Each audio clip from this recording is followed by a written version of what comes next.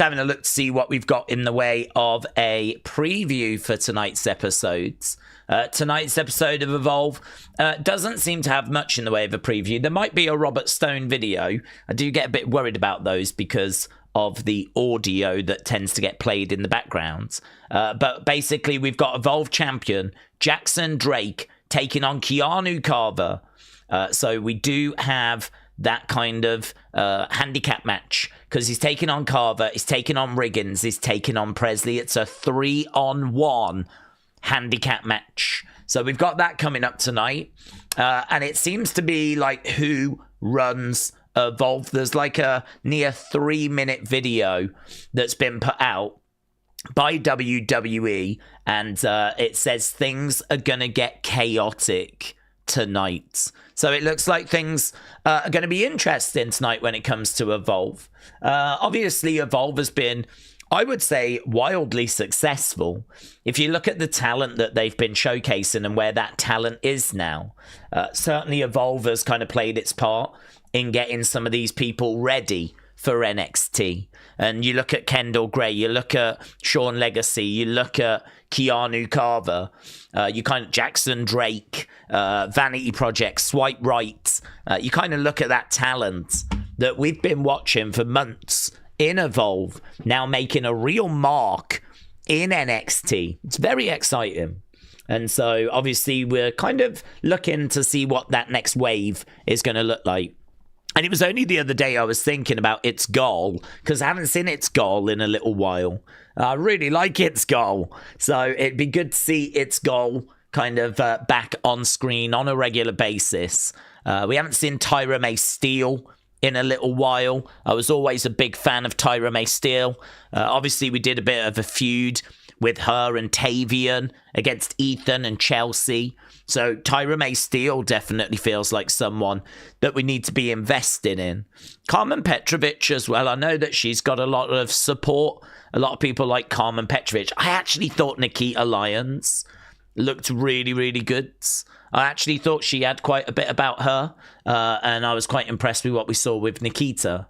So on NXT. I mean, she wasn't mind-blowing, but she was just better than what I've seen out of her recently. So, yeah, you know, there's quite a good amount of talent that's around at the moment that we can use in Evolve. I'm looking forward to seeing kind of what we do on the show tonight. But of course, we don't have to just talk about Evolve.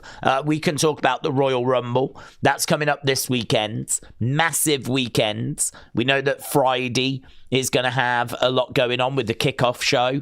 Obviously, they've got the countdown coming up as well. And we're starting to see what the staging is going to look like. Triple H seems to be teasing that there's going to be a fair few surprises for the men's Rumble. So, yeah, there's quite a bit that we can talk about, get our teeth into. Hello to everyone that's in the chat. Utes said just in time.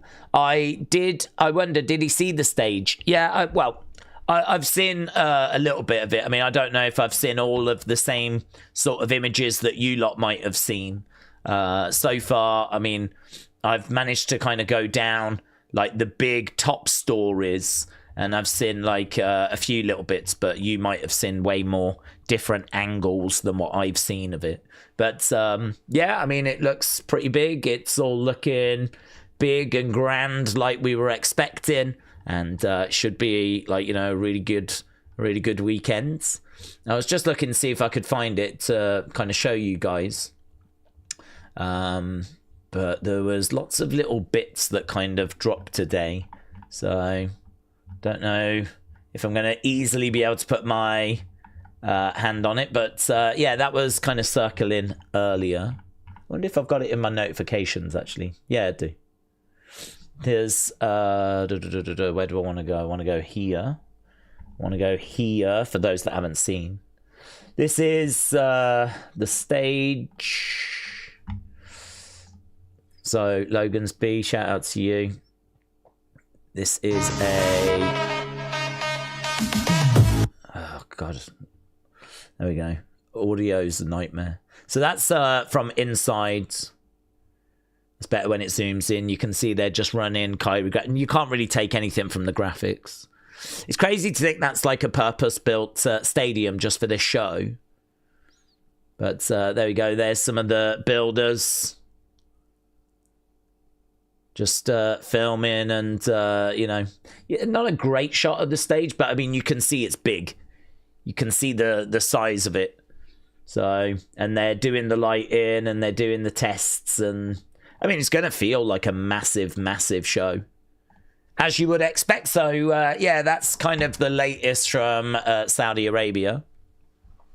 Hello, Joe. Hope you're doing well, buds. Joe said, do we see Paige return? Well, I think there's a chance. I don't think it's guaranteed, but she's definitely one of the big female names that we could see. She's not under contract with anyone.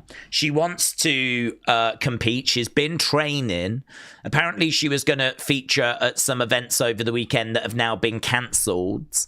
So, there's a couple of things, but there's nothing concrete. I haven't read any reports saying she is in the Rumble. Or that they've had talks or anything like that. I think Paige is a difficult one because I think Paige was a little bit ahead of her time when she came through. She was kind of the OG, well, I don't know, was China the OG Rhea Ripley? I kind of feel like take China out of the equation. And, I think Paige was kind of the continuation of that, if you will. And if you think about the time, we had the Divas. And we had like Total Divas, we had the Bellas, we had all these attractive girls that, weren't really wrestling first. For them, it was, looks and being a superstar first and then wrestling after. But then you got Paige, who was the anti-diva. And I sort of feel like she represented where we were going. And that was wrestling first. It was wrestling first. And I feel like, 2014, 2015, Paige was in her elements. The thing is, she's part of the evolution. And as I said the other day, I think everything that follows with Becky, Charlotte, Sasha, Alexa, Asuka, everything that follows just moves the women into a completely different ballpark. I feel like Paige is someone that you can bring back. She can get some flowers.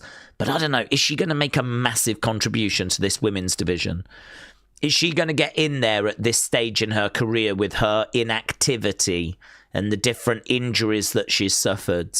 Is she going to get in there and put on some banger matches? I don't think so. I don't think she's going to be able to do that. I certainly don't think the quality of her work is going to stand up alongside an Io or a Rhea or a Bianca or even a Becky right now.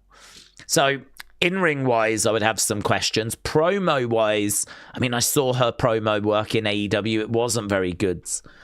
I sort of feel like she has been part of the journey, but I feel like we're much further down the road.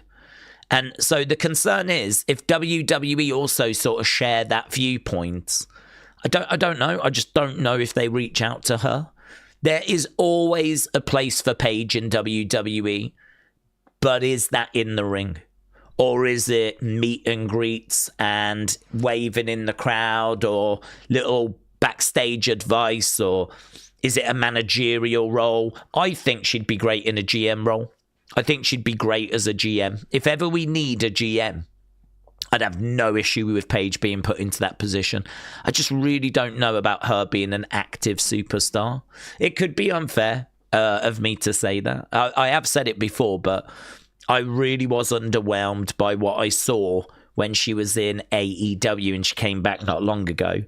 And, she was doing that whole, I can't even remember what the group was called. They were not the Rascals or the Rebels, but they were whatever they were called. And they were spray painting people, and it was her. And Tony Storm was with her at that time. And Ruby Riott. And they were, I don't know, the gimmick was not very good. The work wasn't very good, and it left me all a bit flat. So, could she be in the Rumble? She could. Will it just be the Rumble? If she is, maybe. I just really don't know what you do with her. That would if I was in creative, that would be my honest thoughts and reaction. That's honestly how I would feel about it. I'd be like, I just don't know, man. I just don't know. I just don't know if this has not moved past her.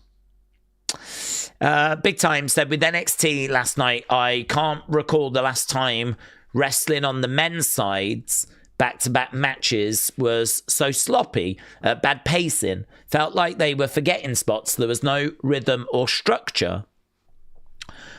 I just think that, they're going through a period where obviously we've lost the top end. Now it's time for people to step up. It's obviously going to go through a period where, you're going to have like some of that happening. It's just, this is how it is. I'm not worried about NXT. Last night was not a great show, but it was also a go home. I think it would be good to get the belt on someone, get that structure in place, get the champion kind of coming out, cutting some promos, get some traditional feuds going, get the roster kind of settled down a little bit. There's been a lot of movement. Not only have people gone to the main roster, but we've called up people from Evolve. So at the moment, there's like this weird Wild West scramble vibe where, everyone's trying to jockey for, position. There's basically a new order that needs to be formed where we have a new champion and we have new challengers. We find new competitors for the mid-card belt. We figure out who's going to be put into a tag team to go into the tag division. We figure out what we're doing with Dark State. We figure out what we're doing with Lexis King. It feels like there's a new group that's forming. I sort of feel like there's a lot of instability in NXT at the moment, which is fine because you can look at it as instability and it being a problem, or you can look at it as chaotic Wild West. What's going to come out of this, right? And so obviously it's good that we're not going to be in this phase for too long. You don't really want to be in this period for too long. You want to get a champion crowned. You want to get someone at the very top that can be the guy that everyone else can then fall into place. I think then, we can really dig into some feuds. Obviously, if we dig into feuds, they can be doing stuff at live events and working on some chemistry. I mean, I think the truth is we've just kicked the dust up, which happens when you do have big call-ups. And so now we need that dust to kind of settle back down again. So go home show for next week. Next week's show is going to be absolutely huge. We know at the weekend we got the Rumble. Coming out of the Rumble should be a decent Raw because we are officially on the road to Mania. Next week's NXT has got that big championship match in it. That will allow things to just settle a little bit. And, we built, basically. That's where we start really investing in the people we've identified that we want to invest in. I think it's quite interesting. I mean, look, there's no defending last night's episode. It was just not very good. The only thing I would say is it was go home for next week. And it did have matches where people were trying to qualify to get into the ladder match. Lack of chemistry there. These aren't matches that are built on feuds. These aren't matches where they've been kind of practicing them at live events. These were qualifying matches, one-off things to try and figure out who's going to get into a ladder match. So a little bit of inexperience, little bit of a lack of chemistry because they're not feuds, they're just one-off matches. Little bit of instability with the dust having been kicked up. Little bit in the fact it was a go-home. And so, we ended up where we ended up, which is fine. I think we can forgive NXT having the occasional bad week. I don't go into next week with any concerns. And I think it'll be good after that when the dust kind of settles back down. Big Tony K said, Daze, congrats, you're the 90th YouTuber to have won a lifetime supply of AEW pay-per-views and TV subscriptions. Let's go. It's a rare treat that you can redeem tonight, says Big Tony K.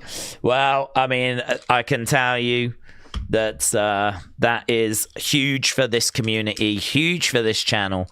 And I am very excited by that news. So, Big Tony K, thank you, my friend. Robbie says, Sean Ross implied on the morning show that WWE were looking to do some more frequent title changes in 2026 as a way to further freshen things up. Interesting. I think there has been a bit of criticism of the longer title reign, so maybe not a bad idea. The only thing I would say is that one of my frustrations from the Attitude Era was that we did flip-flop the belt around quite a bit. It's hard to remember back to like really good, iconic title runs for the Attitude Era because the belts were constantly changing. So there's pros and cons to that. I feel like if we do go through a period of the belts switching around, that's okay. I can vibe with it. It shouldn't always be just one way. So if we go through a period of that, but I hope that we don't do it too much. I think there is a balance. And, let's see. Could be fun. Could work. I'm not down on it. I just hope that, it doesn't like happen too much, because I do think that there is merit. There are pros to really investing in someone and giving them a good title run, building up their credibility and, doing something with someone on top consistently, rather than just keep flip-flopping it around and not knowing. Because, the thing, it's like most things. If you do something on a regular basis, it loses its impact. So, at the moment, if there's a title change, it's big news. It's a big deal. It feels like a major moment because we don't do big title changes on a regular basis. But if we started doing it on a regular, it wouldn't feel as impactful. And then you start to see the value of the championship itself starts to sort of lose a little bit of impact, because it being changed around between champions with little fanfare just makes the whole thing feel a little bit unspecial. So there are real pros and cons to, both of those approaches. Like there is a balancing act, and maybe they've not found that. Perhaps they've gone too far with the long title reigns, and perhaps, they've gone too extreme in that direction. So interesting. Yeah, let's see. I think he was referring to a balance rather than just hot shotting, says Robbie. Yeah, good. Hot shotting is the term, isn't it? So yeah, a balance. I'm here for that. Rob, shout out to you, buds. William said, I'm more interested in Blake Monroe. They keep changing her character's personality. Days SmackDown's lack of star power and weak main events for a 3-hour show is showing in the ratings. Yeah, that was a bad rating. No two ways about it. Ryder sending over the fact that got just over 900,000, 940,000 something. I just literally responded to that, actually. Yeah. There's nothing you can say about that other than it is concerning, and I'm sure they are going to be concerned by it as well. I think you never quite know what goes on in that room, and I mean, clearly mistakes have been made. So, we are where we are, where we're seemingly now with SmackDown around the 900,000 range, which it is a concern. Past few weeks have been fine because it was a tape show. So you go, yeah, it's understandable. A lot of people watching it live on Netflix with a VPN. That means there's less to watch it when it airs taped. But Friday just gone, that was not the case. It just aired live on Netflix and USA at the same time. So I expected it to get over 1 million, 1.1, 1.2. And so for it to come out as 900 and some odd thousand is, yeah, there's nothing you can say. It's a bad number. It's a bad number. So I think that WWE are going to have to evaluate how they kind of structure that show. I can't remember what they did in regards to the main event, but I seem to recall that we said, are people going to really stick around for this? I mean, wasn't it on Friday when we were watching the show that we had our doubts and we had our concerns that show was the right show to have in place? Because I seem to recall us sitting there saying the exact same thing during the watch along, and this isn't about, oh, look, check us out, we're right, but it is about us having some serious doubts Yeah, we did. Because the main event was Damian Priest, Trick Williams. And I remember saying Trick Williams has only just arrived. Damian Priest has not got that star power. So if the main event of SmackDown is Damian Priest, Trick Williams, how many people? And that, don't forget, that was a match that meant nothing. That was a match that was literally just a, we're doing the Fatal 4-Way at Saturday night's main event. So Damian Priest, Trick Williams was just a taster, wasn't it? And I distinctly remember that match like being very, not underwhelming, but just being like, no one's going to care about this. No one's going to stick around for this. You need something much bigger, much juicier. They've got to know that, though. Triple H has been working in WWE since, 95? And he's been working with Vince kind of since the Attitude Era, where, he's been like, he's always had an interest in that side of the business. There is absolutely no way, I don't believe it, right? There is no way that he thought that Damian Priest, Trick Williams, was going to, draw a big rating. Because Trick Williams has only just been up on the main roster a few weeks. And granted, every time he comes out, he gets a good pop. But how many people are tuning in just to watch him at the moment? We haven't done anything with him. We haven't had time to do anything with him, right? This is a guy that people just don't know, right? I know that a lot of people out there think that everyone watches NXT. They don't. So globally, people that tune in for Roman and Jay, Seth, Becky, those big names, Trick Williams don't mean nothing to them. And Damian Priest, I'm sorry, has not worked. Damian Priest, his star power, the numbers are just not there for him. We're not seeing crazy merch sales. We're not seeing crazy video view numbers. We're not seeing crazy Google search trends. He's fine. And there is something there. I get it. I get why we keep giving him opportunities. But there is no way that Triple H saw that and thought that that was going to be a main event that was going to draw a big number. He had to know that he was going to get a result like he was going to get. So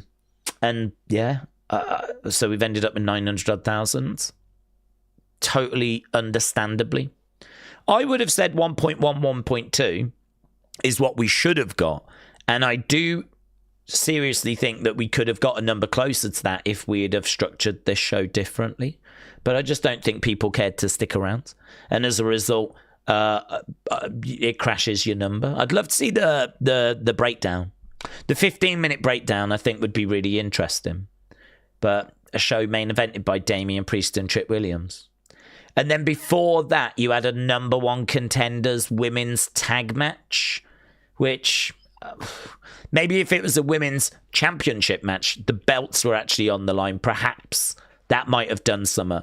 But a number one contenders women's thing, no. Before that was Nathan Frazier, Johnny Gargano. And before that, you had MFT's Wyatt Six. Wyatt Six are, a bit of a busted group, aren't they? MFTs, I don't think have massively got going. Don't think that's going to massively be drawing people in. Jade Cargill, Chelsea Green. Really, this show opened with a banger. Carmelo against Elia. And then the rest of it was, was what it was. So, yeah, I think that they gave us the show they gave us. They got the result they deserved. And but they've got to know. They've got to know. I don't know if they had something else planned and it just fell through. I don't know if the weather played a part. I don't want to make excuses on their behalf, but I just don't see any way you put that show together and expect any sort of different result. Dal Jr. said, did you see UFC 234? No. It averaged nearly 5 million viewers, 7 million households, did a peak of 6 million viewers, which is massive. It's very good. I mean, it is widely available now, which is great, isn't it? So, yeah, big numbers. Good news for them. Glad it's working out. And so UFC, I think, going to enjoy a really good year this year. Benny said, I'm hoping we get a shock winner for the men's. I'm tired of the same smug heel Cody taking up the spotlight. After this Saturday begins a new era, according to Triple H. Enjo said, you can't seriously blame Trick Damien. It's just a stale product all around. Well, I would disagree with that, actually, because I don't think it has been stale in 2026. I mean, Drew McIntyre winning was obviously a big kind of moment earlier on in January. And after that, then, you know, we moved to Saturday night's main event, which was a really well-received show. So Saturday night's main event did really well. The shows to kick off 2026 were well received. The episodes afterwards probably did take a bit of a step down from that first week, but actually didn't, you know, score-wise. If you look at how people in our community were scoring each episode, we weren't getting down to the kind of numbers that we were seeing in 2025. So I actually think there has been a marked improvement with the show quality in 2026. But yeah, I am going to put the blame on Damien and Trick as a starting point, because I don't think that's a big enough main event. That match is absolutely fine. I like Trick Williams. And as I said, I think Damien's fine, but that is not a main event of SmackDown. I mean, maybe it could be if they'd been in a heated feud and it was going to be like some big Hell in a Cell or, you know, steel cage, or you had that kind of stipulation to it. A bit like when we did Damien against Alistair and it was an ambulance match, which again was also a very well-received match. But this was not that, was it? Damien Priest Trick Williams was a match that had a 1 week build. All that had happened is that Trick had run his mouth off. Damien said, well, how about I put you to the test next week? I mean, the build for this felt like it was just going to be in the middle of the show. It just felt like it was a match. Didn't feel, at no point did I think they were going to make that the main event. I just thought it was going to be a match on the show. And again, it's not a criticism of the wrestlers. I'm not having a go at Damien or Trick, right? I'm saying that as a main event match was no way strong enough. No way strong enough to headline a SmackDown. And so how many people that, you know, found out that was the main event, a match that didn't matter. It had, you know, there was no reason for it other than it was just a way of promoting the Fatal 4-Way that was going to go down on Saturday night's main event anyway, right? Just wait 24 hours, just watch that match. This, you know, this could have been a promo. You could have had Damien Trick in the ring doing a promo. You could have promoted the 4-Way that way. We could have had a better main event match and then afterwards brought these guys out to do a promo. And then they could have promoted that we didn't need this absolute nothing match, which I don't even know if people would be able to remember what happened in it. I don't know if people could even remember what went down in the match. Did Damien win? Did Trick win? Was there outside interference? Can you even remember what happened? It was absolutely irrelevant. And that as a main event of SmackDown, which is a very important show in its own right, because USA are spending a lot of money on it, right? I understand that we had to build Saturday night's main event, but we had 3 hours to do that. We had a 3-hour SmackDown to do it. We didn't need to sacrifice our main event of this very important show with a nothing match. So I do think as a starting point, right? Because I'm quite happy. I'm not going to say that this show was its only problem, right? But as a starting point, yeah, I think you can easily identify that as an issue.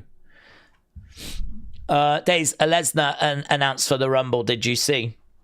Yeah, I don't think there's great surprise in that. Is there? I think we knew that he was going to be in that match. But Daze, I remember what happened in that match, says Benny. Good. Enjo said a show should be represented by its world champion. And after Drew became champion, the ratings have been on the decline. They've gone even further after he won. Yeah, but there's been a big reason for that, or at least we believe the reason for that is the fact that they've been in Europe. So SmackDown, the show that he represents, SmackDown has been airing live on Netflix internationally, and there's been a lot of people, because I've been doing those watch-alongs, there's been a lot of people jumping in from America that I know live in America because they're in our community, that have been joining us for those earlier streams. And of course, then they don't need to watch it later when it airs on USA Network. Now, that is going to be the case outside of our community as well, where people are off work, off school, or perhaps they are able to catch highlights from the show that aired earlier, and then, not have to bother spending 3 hours when they get home watching the whole show. There's a lot of people that will just see the results and be like, okay, right, and, not bother. And if there's something they want to watch, they'll just catch the highlights on YouTube. There's no need for them to sit down and watch 3 hours because the show has already aired earlier. So I think it's a bit unfair to really judge Drew by the ratings at the moment, because I think that the European tour has played a big factor in that. The interesting thing was on Friday, that I believe was the first SmackDown that we have had since the European tour. And so that's why the 900,000 is a big concern. That's why 900,000, you go, oof, there's no like excuse for that. It's, it's not, we can't use the European tour as an excuse. So that's where you go, right, well, what was on the show? What was the headline? What was the main event? What was meant to keep people watching? And Damian Priest, Trick Williams was that match. But I mean, you're right in saying that, it's not like the rest of the show was a barn burner. The episode overall was mid, but, I feel like with Bloodline, we also had a lot of shows that under-delivered, but Bloodline would open the show, we would go backstage to Bloodline, and then they would normally feature in the main event. There was plenty that was going on at that time that was not that engaging, right? There was lots of stuff that we were doing in 2023, 2024 that wasn't like, amazing stuff. But you had the top end of the card, like really kind of being the focus and really keeping the viewer's attention. And so, yeah, what did we have here? What was weaved through this show that was meant to keep people around? There wasn't anything. And as we said, that main event just was not strong enough. So that's kind of where, the starting point is for me. Dale Jr. said, do we think WWE is stale at the moment? I came into the product, as much as I love wrestling 2022, 2024, I don't care. I would rather UFC over WWE. I think it was stale in 2025. I think 2026 started well. I think the first shows of 2026 were pretty well received. We had the Drew, Cody, 3 stages of hell. We had CM Punk Bron Breakker, which we spent a good few weeks building towards. Obviously, we was on the European tour, but I think people would say that this European tour was actually not as bad as the one from last year. It felt like the show quality, by and large, was higher than when we were at Europe last year. And the great thing is the European tour's done now. Last year, the European tour was just before Mania.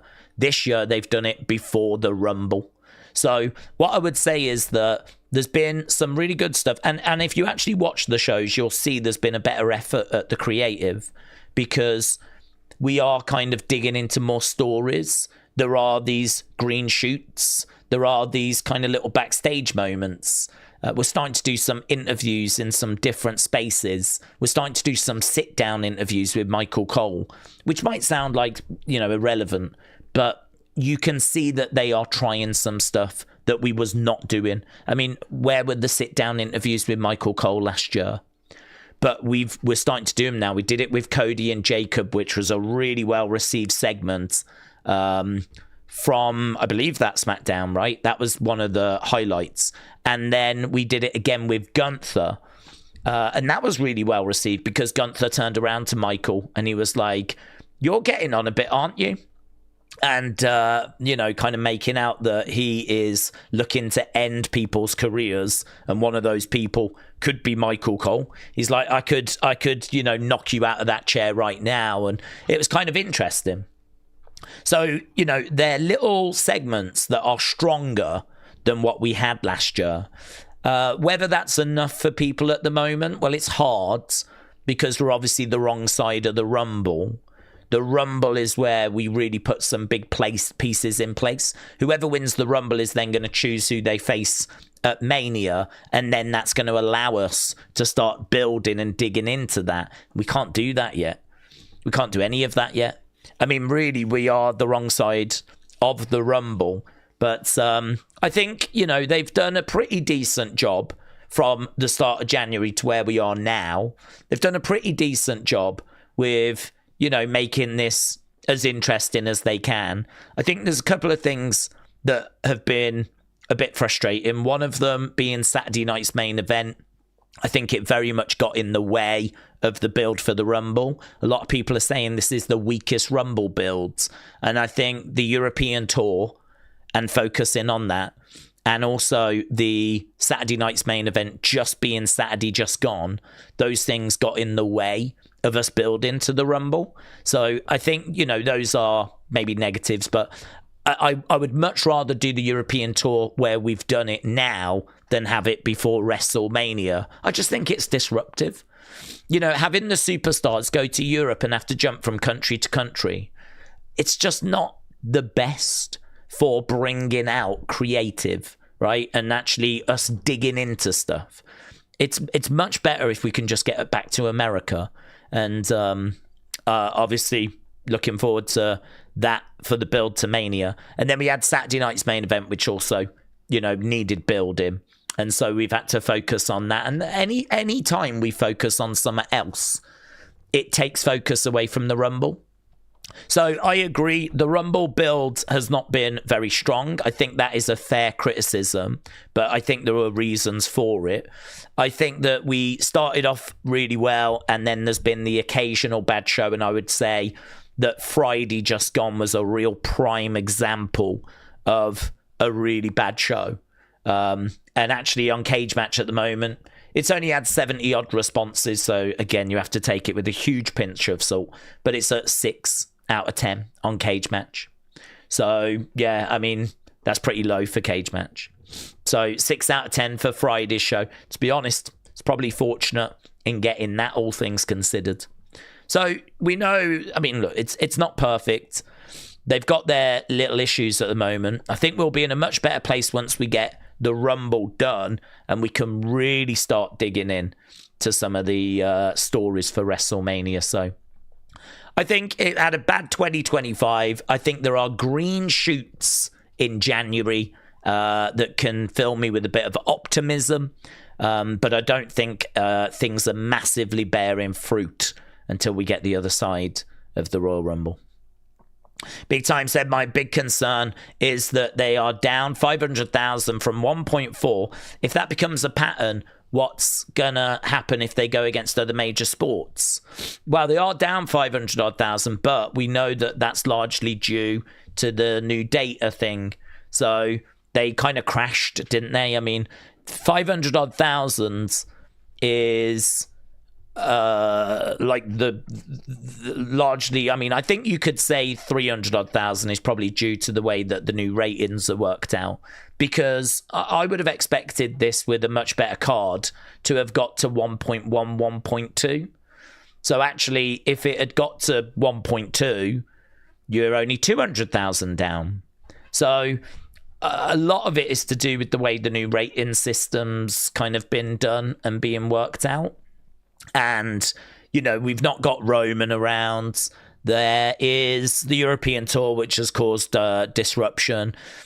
Listen, there's going to be some concern with this number in particular. I don't think there would have been major concern the past few weeks, because I think it's easy to like look at it and go, well, we were in Europe, people just watched it live instead, right? But this is the one number where you go, oh, that's not good. But I'm sorry, I know I'm going to repeat myself, but you look at the card and you go, I'm not massively surprised. I honestly, seriously think we could go to that watch along. It would take me a while. I'd have to scrub through it, but I am very confident I could go to that watch along on Friday and find us saying that we're worried about what this would mean for the ratings. Because I just think it was very, very obvious, looking at that main event, looking at the card that they put out, that this was not going to result in a big number. This was not going to result in a big bounce back because of the fact that they just didn't give themselves the chance to do it. You know, they could have had... I mean, don't forget, they've got wrestlers at their disposal, right?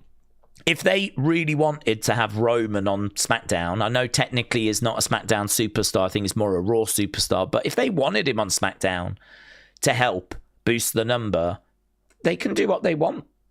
I mean, he has to make so many appearances a year.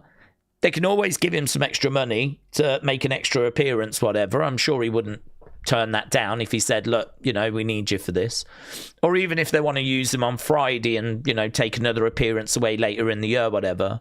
You know, they've got options. They could have had Roman on here.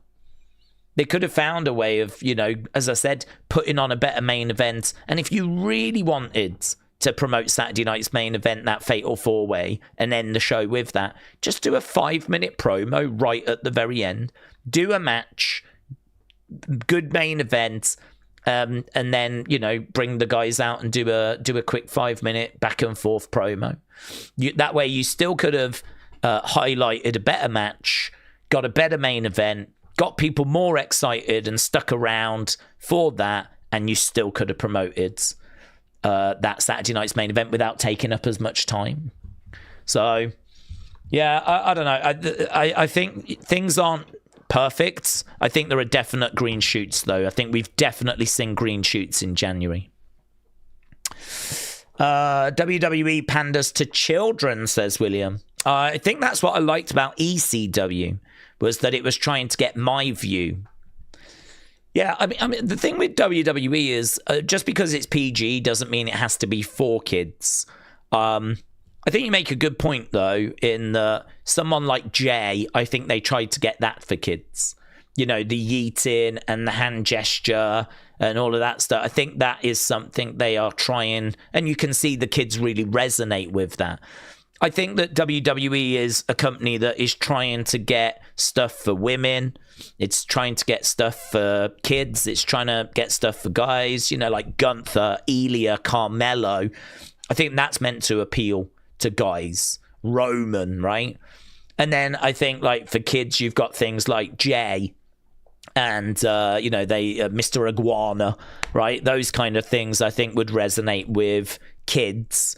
And then I think, like, for the women, you're probably looking at, like, Becky and Rhea, and you know, you see a lot of girls dressing up as Rhea, young girls. You see a lot of young girls dressing up as, like, Chelsea and, you know, Slagents and all that kind of stuff. I think WWE is trying really to reach a lot of different demos, whereas you're right, I don't think that was happening with ECW. ECW certainly didn't want kids watching. I don't think they cared about women watching. Their whole program, the full content, was aimed at, you know, male 16 years plus. And so, you know, it was very, very dialed in, very, very focused on that one demographic. So it's very easy to understand why there's so much nostalgia for that promotion, because, well, it just hit a sweet spot, didn't it? That is what they were trying to get. They were trying to get that kind of 16 plus, late teens, 20s, into 30s, that kind of demographic. I just don't think we really see that now. I mean, you could say AEW probably do a better job of just, like, you know, trying to reach that male demographic, but, you know, they still do stuff where they try to bring in kids. Orange Cassidy, I think, has got good appeal for kids. And they try to, you know, use Big Boom AJ and all that kind of stuff. I mean, I would doubt the Costco guys are really aimed at, like, 20-year-old males. I don't really know what their demographic is, to be honest. It's not something that would interest me, the Rizzler and all this kind of stuff. I've got to think that's probably aimed more at a younger demo as well. So, they've probably got a bit more of a mixture in there. But I think by and large, a lot of their focus is probably more on that sort of male demo. So, yeah, I can understand that. I can understand, like, a yearning for ECW. But just because WWE are trying to, reach out to as many different people as possible, it doesn't mean that they still can't be good. It doesn't mean that they still can't, hit that sweet spot. And we saw that with the Bloodline. I mean, the Bloodline was the gold standard. Unfortunately, it was a very special story that I think hit all the demos, and it worked, and it got great ratings as a result. And it's very, very hard to replicate, to be honest. It's very hard to replace it with something else that's as compelling. Like, that's the challenge, really. That's what WWE have got to try and do, is try and replace that Bloodline story with another story that's obviously, it can't be the same, but another story that's going to be as interesting, going to hit all those demos, going to bring in those ratings. We don't have it right now. I think they're trying with the vision to try and recapture a bit of that magic, but we're a million miles away on that. Million miles, right? I think even they know that it's going to take time and that we're not there with it yet. You were never going to just grab a load of people that were growing their aura like Bronson, like Braun, right? You was never going to just grab them and hit the ground running. So I think with the vision, that feels like probably is not going to get to Bloodline levels ever, but I don't think anyone would have expected it to have got there yet anyway. And then on the other side, obviously Cody, Drew, there's a little bit of Punk obviously around at the top, but there's no like big major story, I would say, that's really grabbing people. This is why it just feels like we're the wrong side of Royal Rumble. We need to get the other side where we can get some feuds established, certainly at the top end, and then start building the story. Pretty soon we'll have AJ Becky. Pretty soon we'll have Jade Bianca. Pretty soon we'll have Roman back and in the mix.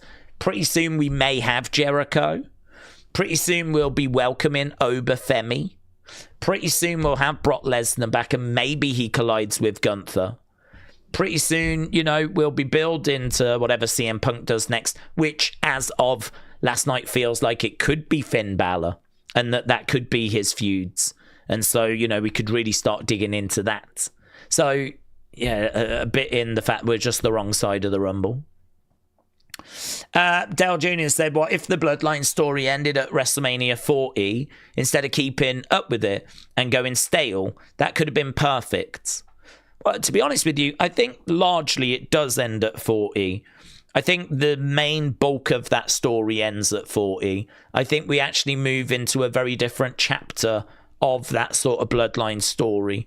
I think when does the Bloodline story actually end, like, permanently?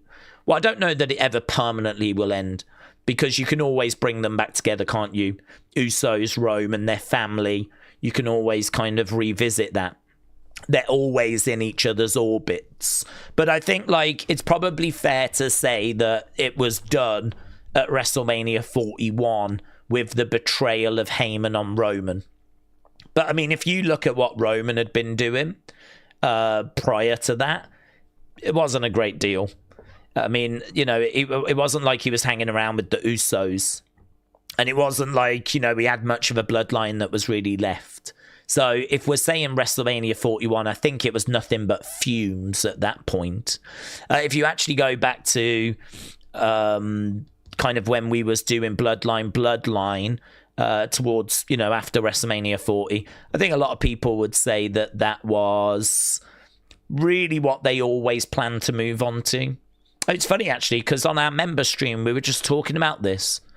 Oh, I can't remember when we was talking about this. Yeah, member stream, we were talking about this. I think that they had a plan to do a Bloodline story, and I think they knew that afterwards it was going to lead to some sort of breakdown within that group And I don't know if they knew who that person would be that was going to break out. Maybe when it very first began, they thought it might be Jay breaking out and becoming the right-hand man. And don't forget, we did try that, didn't we? So when it very first started, they might have thought it'll be Jay. I think as soon as they get Solo up and they start to see that actually he's got more aura than what Jay did, right? Because, I mean, he did. Solo, when he was in Bloodline, he was that silent assassin. You had Heyman, like, tiptoeing around Solo, like, I don't want to spook him. You know, we've got to be careful, like, and he was just, like, the moody, silent guy. It's hard to remember how Solo's presentation was compared to now because it's so different. But he was that sort of silent street fighter that was just, you don't want to upset him because he's going to murk everyone, right? And I think it was quite clear when he got on the scene and they kind of stumbled across a bit of gold with him that he was going to be that breakout guy. And I think at that point, that was then their exit plan. The exit plan was, once Bloodline is done with Roman on top, we'll transition to someone internally fighting. At first, I think they thought it would be Jay. I think it becomes apparent that actually no, Solo is the direction that we go. So they could have ended it at 40 when Cody wins the belt and that's like, you know, that's it. Bloodline is done, right? But I think they always had a plan to then transition to the next phase, which was going to be Bloodline. And that is what we transitioned to. I don't think the execution is very good. I don't think Solo's Bloodline is strong enough. I don't think Solo is strong enough. I think that Solo has his struggles with being the front and center guy. You know, I don't think he's very good in that role.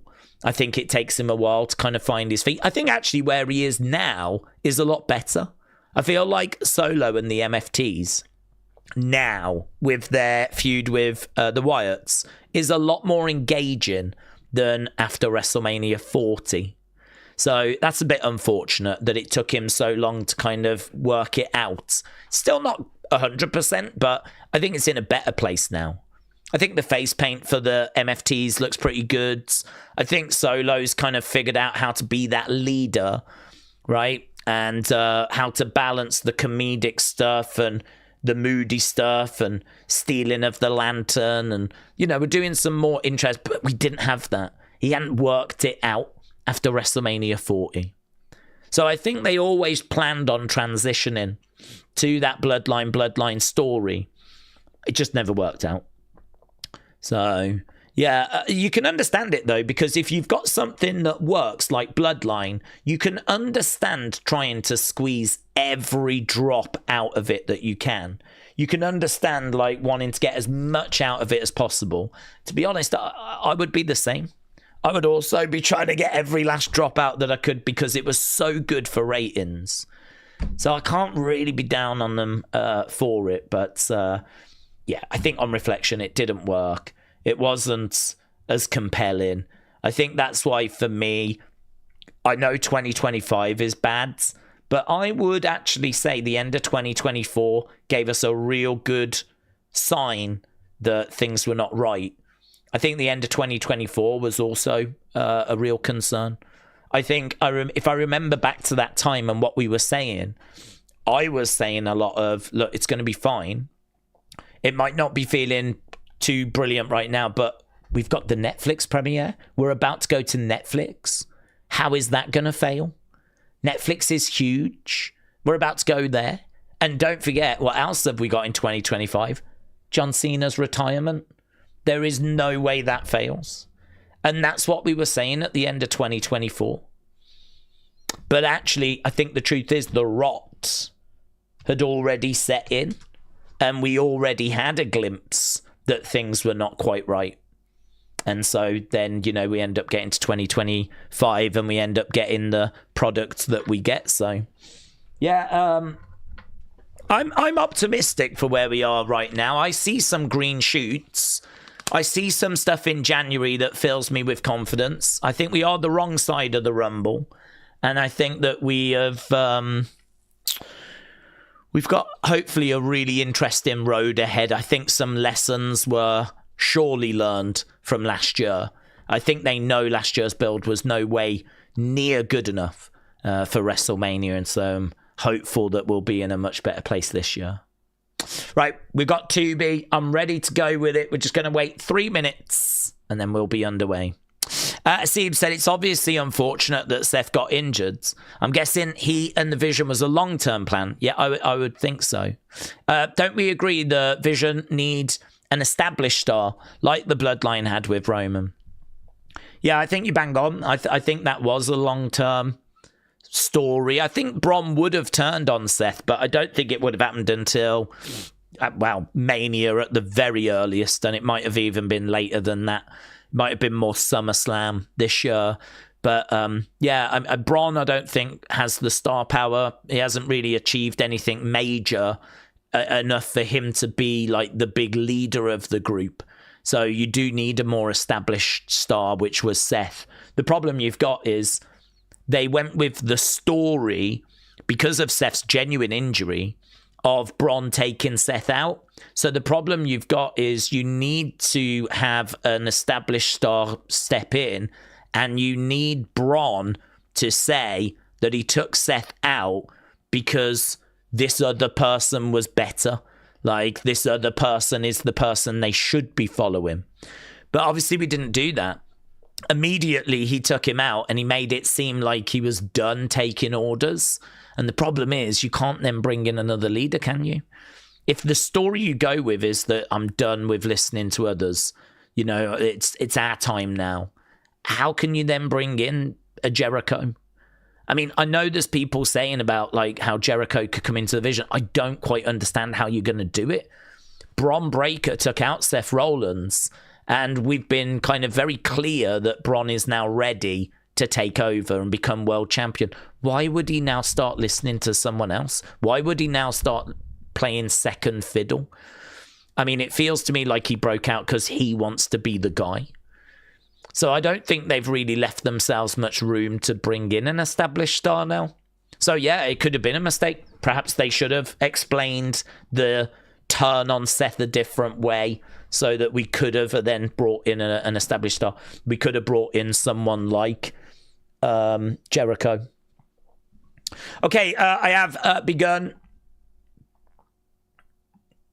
Because I agree. I mean, I don't think Bronson, Logan, Braun, they just haven't achieved anything. None of them have been world champion. None of them have won Rumbles. None of them have main evented WrestleMania night 1 or night 2. None of them have main evented SummerSlam night 1 or night 2. So it's a group of like future prospects, which is fine. But clearly it's lacking experience and it's lacking, that kind of exposure and that star power, that next level star power. So, yeah, not ideal. That injury definitely hurt the Vision. Okay, we are underway. Flame said it could be forced on him by Heyman and he has no choice. Listen, Heyman works for Braun. Heyman works for Braun. It ain't Braun that's you could have Heyman say, listen, trust me, this is the right direction. You could try and do it that way, but I would need to see some reluctance from Bron Breakker. Bron Breakker feels like he wants to just take over now. Okay, they're showing that couple of minutes that got published online with all this talent outside the PC. We got Super Sean Legacy.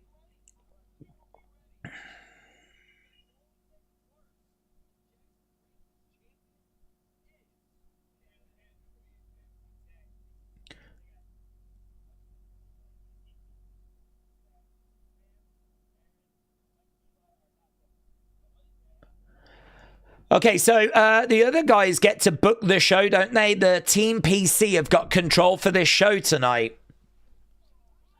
So a load of people have just been told they're not allowed to be on the premises. They are not booked for tonight's show.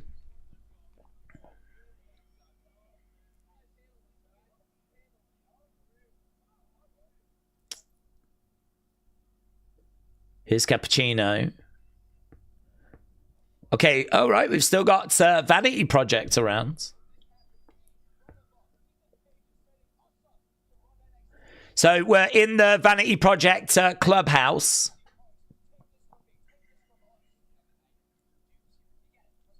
It's such a shame that we're losing these guys to NXT, because this is like a really good addition. It's nice to have a different space, like a clubhouse thing. It's a bit Judgment Day.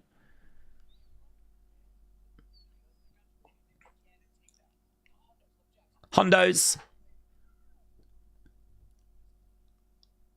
Visa. We do get Visa.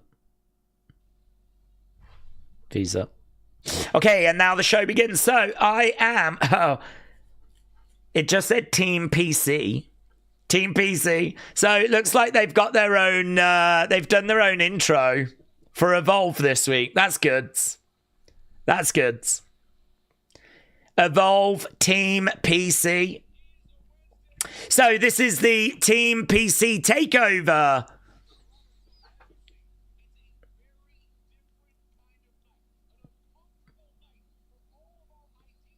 Okay. I was not massively feeling the Team PC thing, but they've done a pretty good job here, actually, of like changing the graphics. That's good. Here's Cam Hendricks. Keanu Carver, they're making their way out.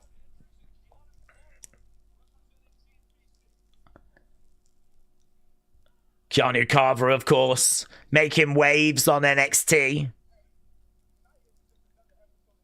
This isn't just another episode.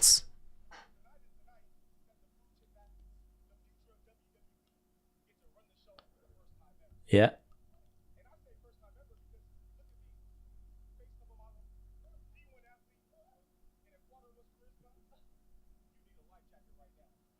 Actually don't mind this, you know. I'm wondering if we could do this on the main roster. Have the Vision win a match against like a team that Adam puts together, and the prize is they get to run an episode of Raw. What would that look like?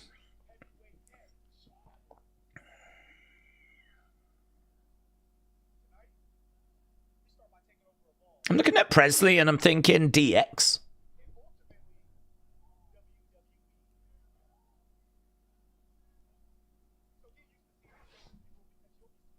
WWE. I've never done that in my life. WWE.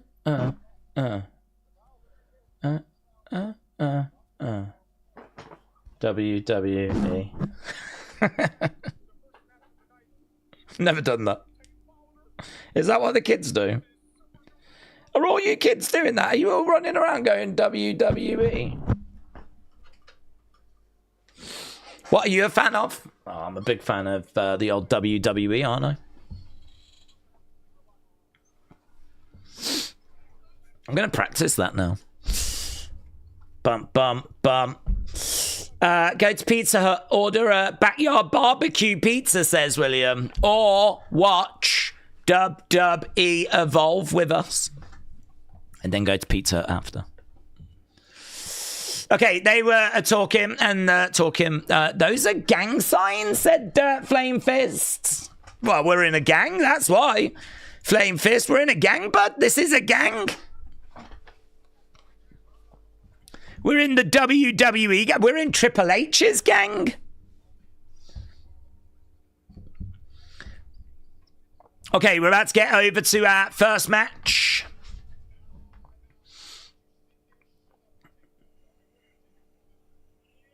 Okay, what's happening now?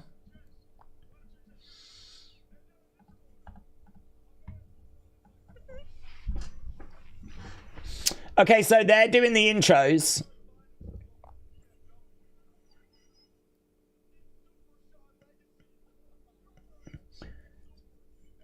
Sean Legacy.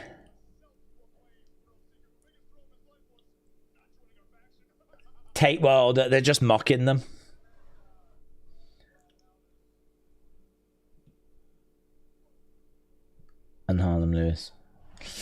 Okay.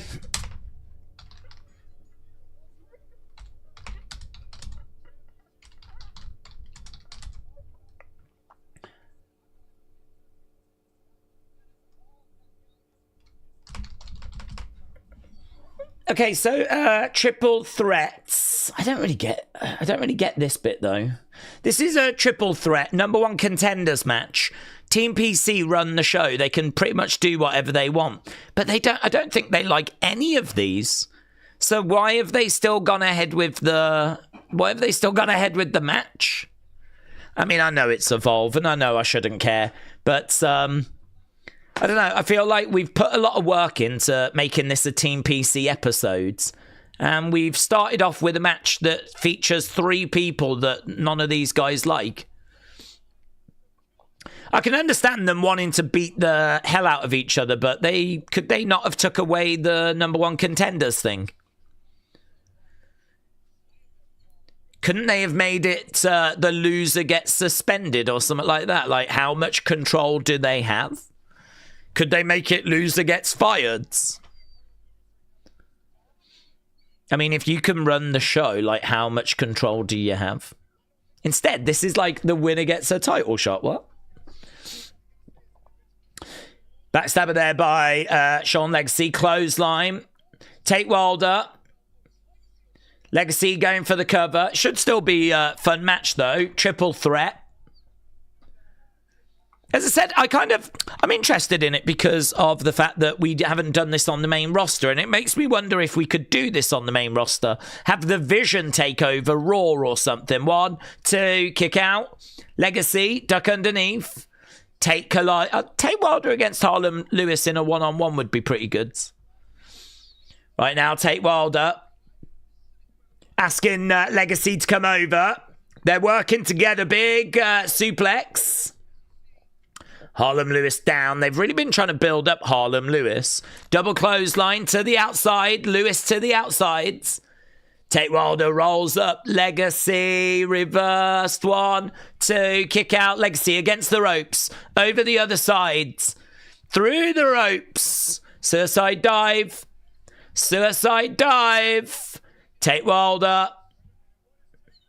But we're doing a bit of this. We're doing a bit of this. Tate Wilder goes up top. Whoa! That was great. Yeah, man. This is my year. Yeah, that was great. Oh, here we go. New stipulation. Weapons are allowed. Aren't weapons allowed anyway in a triple threat? Aren't they allowed anyway because it being a no DQ? Aren't they allowed anyway, guys? Because it's a triple threat. It's a triple threat match in it, so there's no DQ.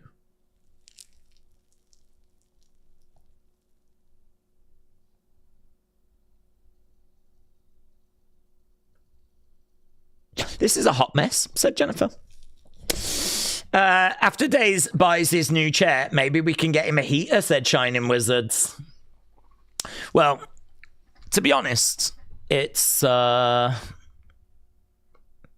too bad down here at the moment. It has been pretty chilly, but actually today it's not too bad. I'm nice and warm by enjoying the old WWE. Guys, I'm doing this now. All the kids are doing this. This is like a thing that all the kids are doing. A triple threat is no DQ. Weapons are allowed, said Steve. They've definitely learned how to book from Ava. Oh, perhaps Ava has booked this thing. Drop kick. Drop kick by Tate Wilder. Super kick there by Super Sean Legacy.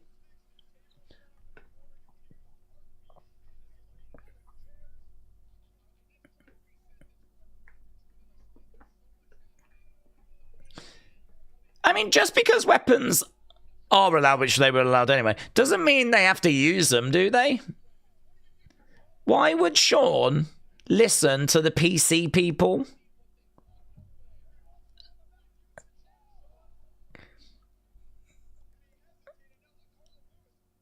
Harlem Lewis has got that chair.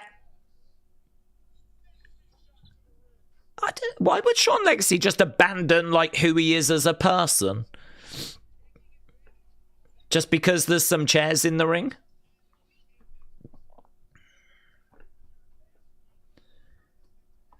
Harlem Lewis doesn't care, though. He'll quite happily use chairs and use weapons. So we got a Slim Jim table in the corner. Chair being set up.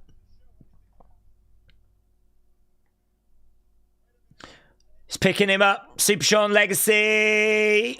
Reversed. One. Cool. Lewis is up. Nice. Drop toe, takedown. Into the chair goes Lewis. To be honest, if this show is a little bit messy, perhaps it doesn't matter because of the fact Team PC have taken over, you know?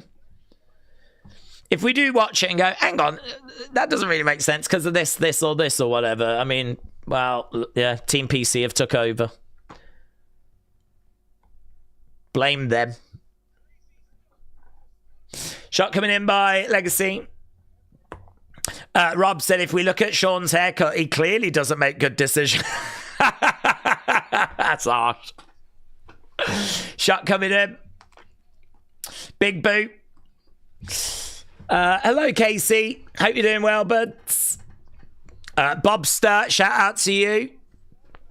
We just had Bob on our Wrestle Feud game, and it was really good, really fun. It was great to have a chat with Bob in person. Well, kind of in person. So yeah, great work, Bob. Really enjoyed it. And shout, I don't know if Mosey's around, but shout out to Mosey as well. Harlem Lewis with a kendo stick. Walloping Tate Wilder, walloping Sean Legacy. This opening match eating up quite a bit of time, actually. We're about 15 minutes into this show. Kendo stick there by Lewis. I'm at 14:29 so far, if anyone wants to try and get in sync. 14:34, 14:35, blah, blah, blah, blah, blah. Right now, Harlem Lewis has got that kendo stick right in the mouth of Super Sean Legacy. Chair to the back there by Tate Wilder. Bang, right into the midsection. Harlem Lewis goes down. Another big blow to the back.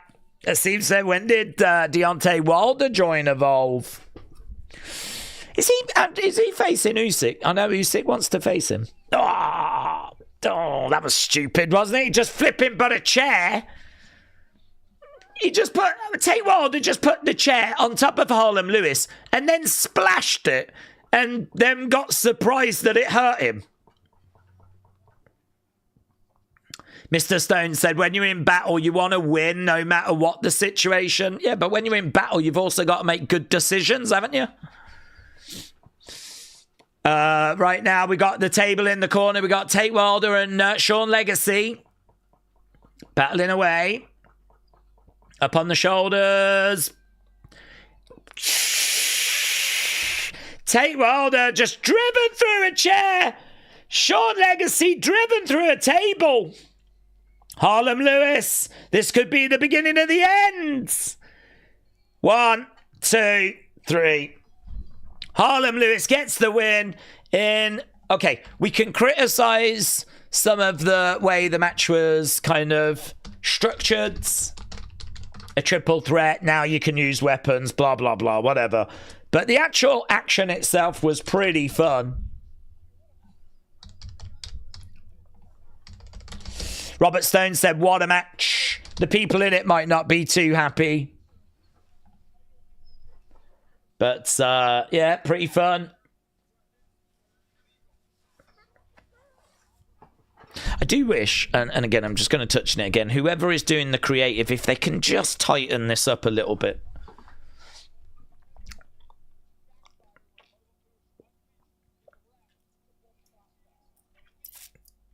This, to me, if Team PC are running this show, to me it would make sense that this is a triple threat, and no longer is it for a title opportunity, but the person that gets pinned is out of Evolve. You know, right now, for me, that should be it. Sean Legacy just got pinned. You're done. To be honest, there's no big drama because he's going to NXT anyway. But That's, you know, rather than the winner getting a flipping title opportunity, flip it where the loser is out. PJ Vasa coming out now, so we're going to get PJ Vasa. Certainly not down on that. Triple A. So, anyway, get your thoughts in for that first match. What did you think? What did you think? We hit 40 today. Tomorrow, it's meant to drop and feel like 5, says Jennifer. Legacy's going to be cleaning the locker room, says Jennifer. Shining Wizard said he's going to NXT as security. Okay, here we go then. It is Laney Luck in action against PJ Vasa. I don't know how you spell her name, actually. I think it's got a Y in there, hasn't it? Laney. Laney Luck didn't get an entrance. That's good. No entrance for Laney Luck. Nice flipper. And they've put her in a match with PJ Vasa. And then on the graphic, they've just written her name as Laney Unlucky. This is better. Okay, Laney Luck down, kicking out there at PJ Vasa. Vasa against the ropes. On the shoulders. Oh, Samoan drop. Laney Luck down. PJ standing over her. You took a bit too long there, love. She was like giving her what for, and then when she finally drops the elbow, Laney moves out the way. Kick coming in. Laney against the ropes. Shot, no, gets caught. Uranagi. Planted down. PJ Vasa kicking out. PJ Vasa would be good with the tsunami, wouldn't she? In the corner, like delivering a... Oh, look at that. Big collision.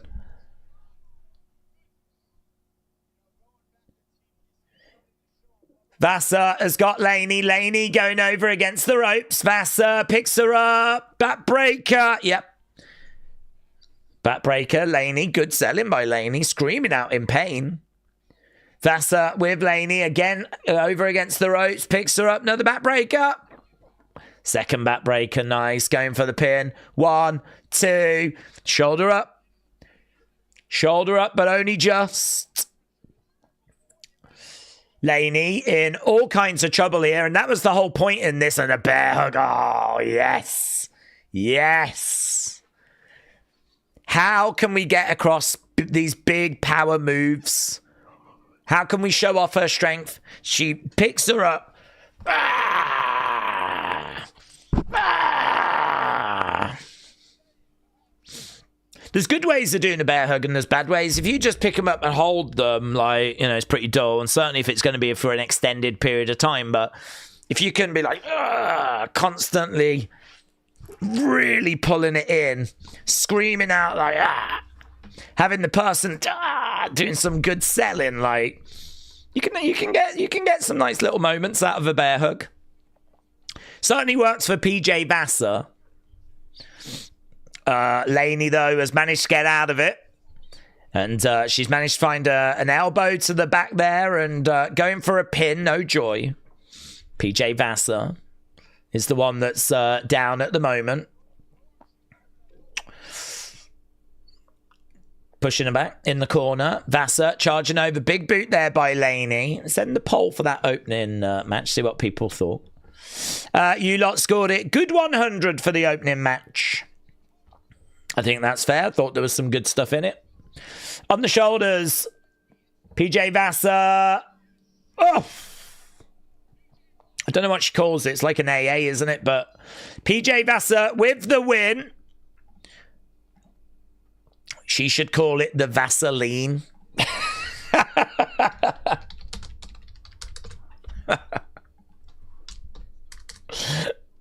Vaseline! Vaseline! She shouldn't, but just made me laugh. So, PJ Vasa with the win. It's a bit stupid that the powerhouse wrestlers need security. Okay. Oh, special announcement. Chewy. Oh, what's this? What are we doing now? We got a special announcement. The following is brought to you by Team PC.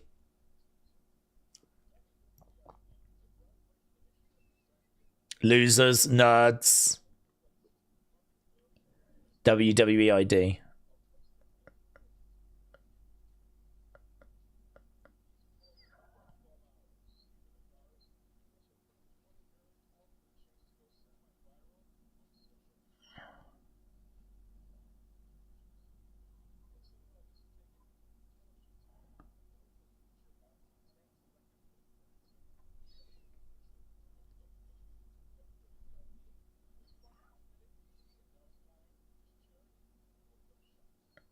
Okay.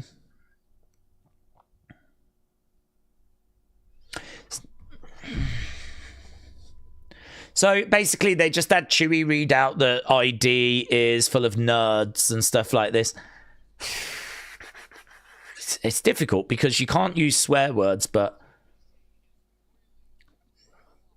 do we need Team PC calling like the ID prospects nerds? I mean, we're not far away from someone being stuffed in a locker here. Someone's going to tell teacher.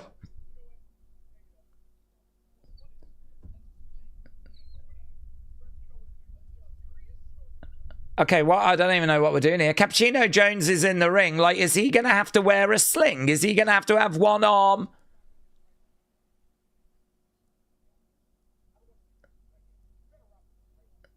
Okay, he's having his right arm wrapped up.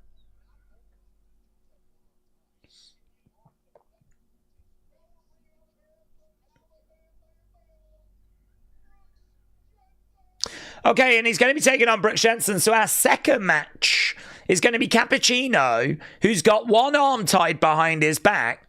He's taking on the man from Alabama.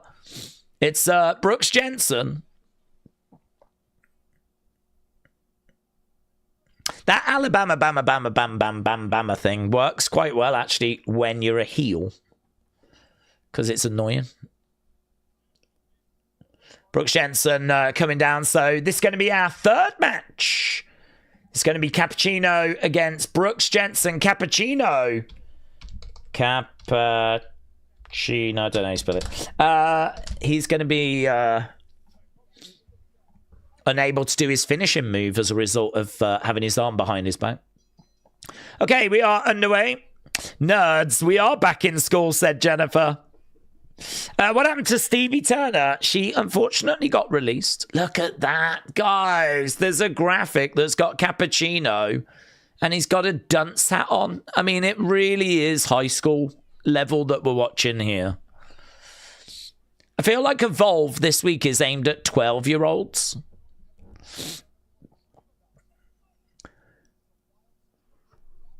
There's definitely things in this takeover show that I think are good, but I don't know, man. I think it's aimed at a demo that's much lower than my age.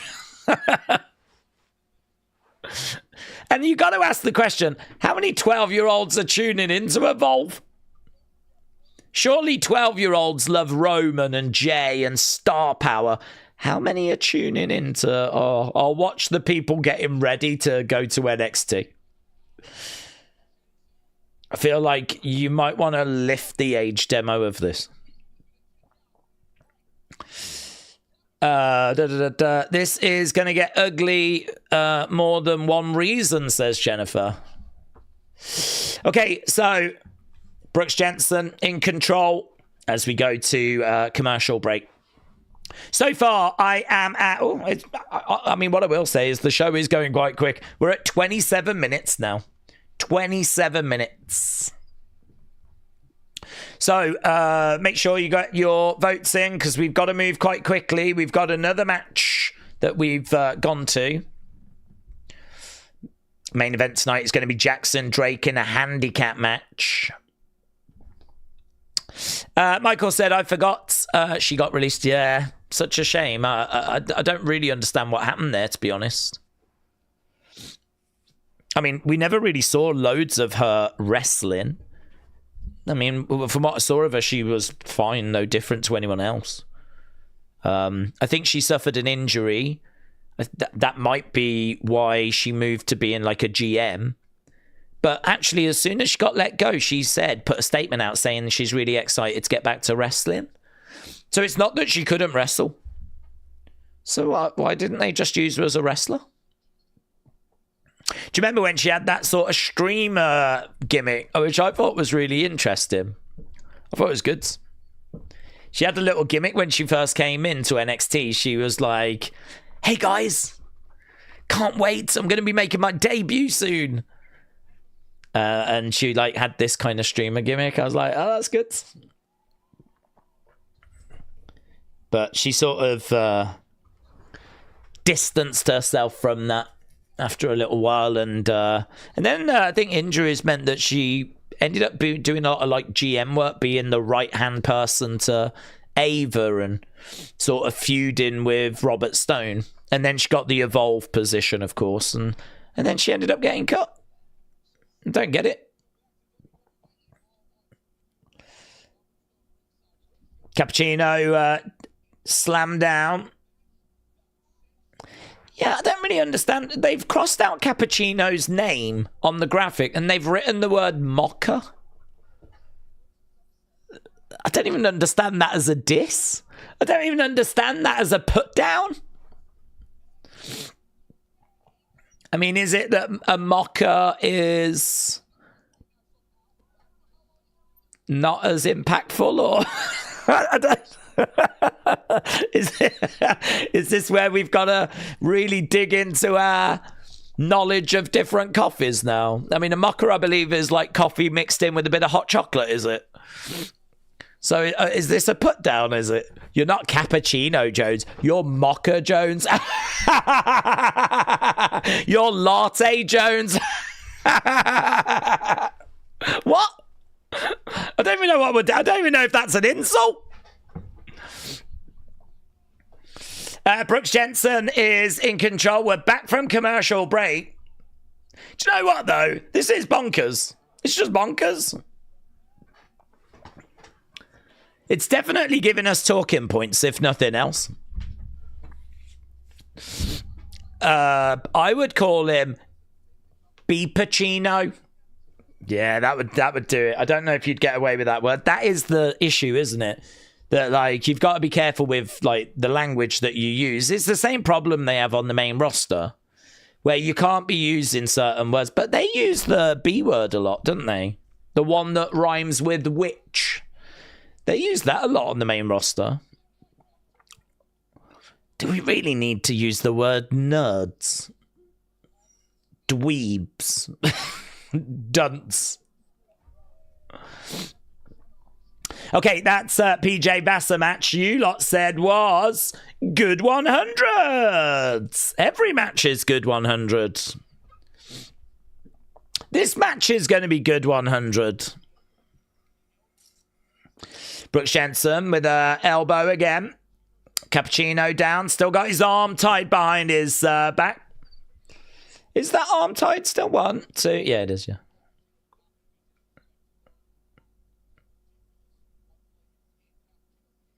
Cappuccino is down and Brooks turns him over. What I will say is, as much as this match has not grabbed me yet, and it could do because we know Cappuccino's great, and when he comes back with one arm, it might look good. So, there's chance. But at least this is more like what I would expect Team PC to book, I can believe this is true. This is a match they would put together. This is a bad situation for Team ID. It's a bad situation for Cappuccino. For Mocha Jones. Kick out there by Brooks. Kick coming in. I mean, could you imagine if Cappuccino gets the win? He might do. The embarrassment that would bring to Brooks. I would book that. I would have Cappuccino go over. Make Cappuccino come off the ropes, you know, fly in shoulder barges, make him look good. The kind of thing that Orange Cassidy does when he's got his hands in his pockets. You know how Orange Cassidy is still like kipping up and, you know, doing stuff and he just keeps his hands in his pockets. You'd kind of do that here with Cappuccino. Oh, he gets caught.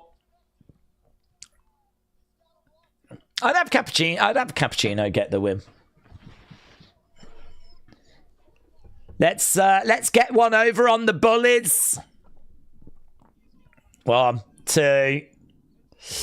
Not been a great week this week overall, says Shining Wizards. In this situation, Jackson Drake's going to be the babyface, said Angel. That's true. Yeah. You know, the big bully, the big heel that we've had. Vanity Project, who have been this massive focus on the show. You're right. He is going to be the underdog. He is going to be the baby face this week. Cappuccino with a DDT. Is throwing in a couple of left-handed shots here. Cappuccino causing Brooks Jensen some issues. Stuck underneath by Cappuccino. Big boot there by Brooks. Oh, this is okay. A bit slow at start, but it's okay. Turn it into a stunner. Netbreaker. Cappuccino. Kick out by Brooks. Kick out by Brooks. They're saying that he was just moments from the biggest upset we would have ever seen. Cappuccino goes over, working on the arm, duck underneath, over the other side, drop kick. Nice. Brooks goes back to the corner. Cappuccino charges over. He's struggling. Yeah, he was trying. He was trying to get up, but he just couldn't find his balance. I don't mind that. It looked a little bit sloppy, but it was understandable because of his arm being behind his back. So storyline-wise, it worked. And Cappuccino ends up getting put away. It's probably the right result to have Brooks get the win rather than lose to a one-armed Cappuccino Jones. But I don't know. There was an option there to go and have Cappuccino look good. But it's Brooks that gets the victory. Okay, that was what was that? Our third match?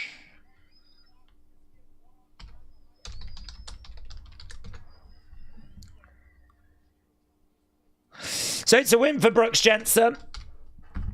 The matches are trying, but the outside is so bad, says Jennifer. This is held in a high school and written by students, said Shining Wizards. Do you know what's funny is we did used to actually hold NXT in a university. This does feel like an episode that could have been written by some of those Full Sail students, yes. I wouldn't hate that. Give like some students at Full Sail the opportunity to write an episode. That would be okay. Give fans an opportunity to write an episode.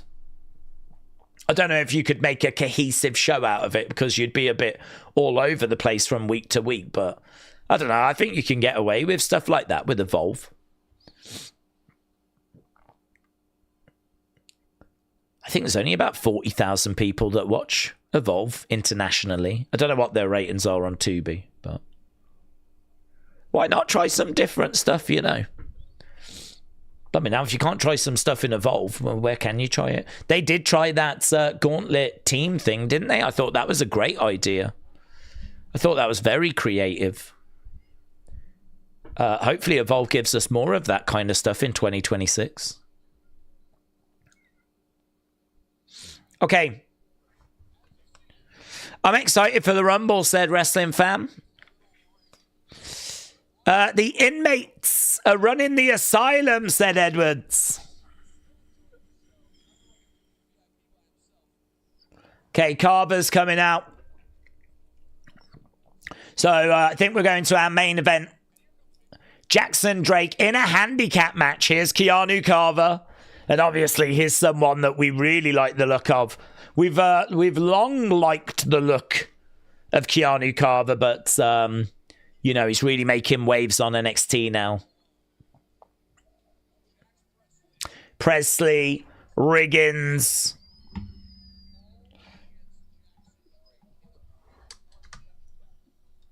Okay, Jackson Drake versus Presley, Riggins, Carver.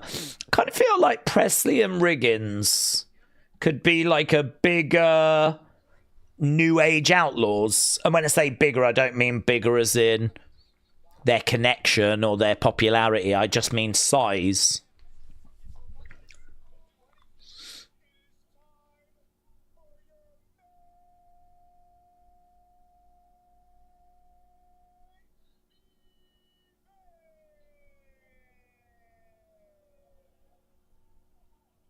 Okay, thank you. Time for our main event.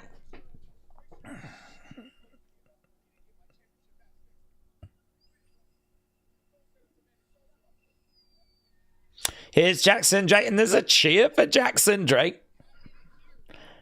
Oh, man. We're looking at a babyface vanity project.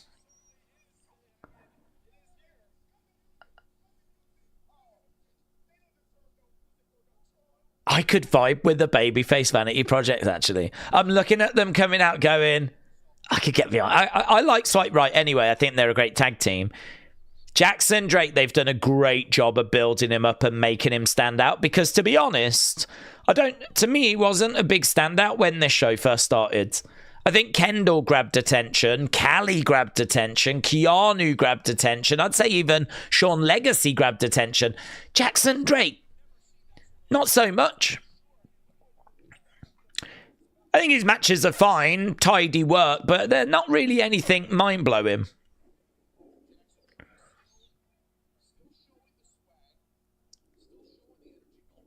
He reminds me a bit of Austin Theory, actually. I get Theory vibes from him.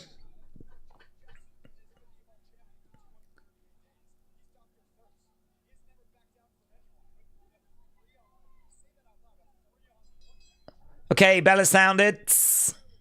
Here we go. Handicap match. Drake is going places, says Shining Wizards. Is all of Vanity Project with Jackson Drake? Yeah.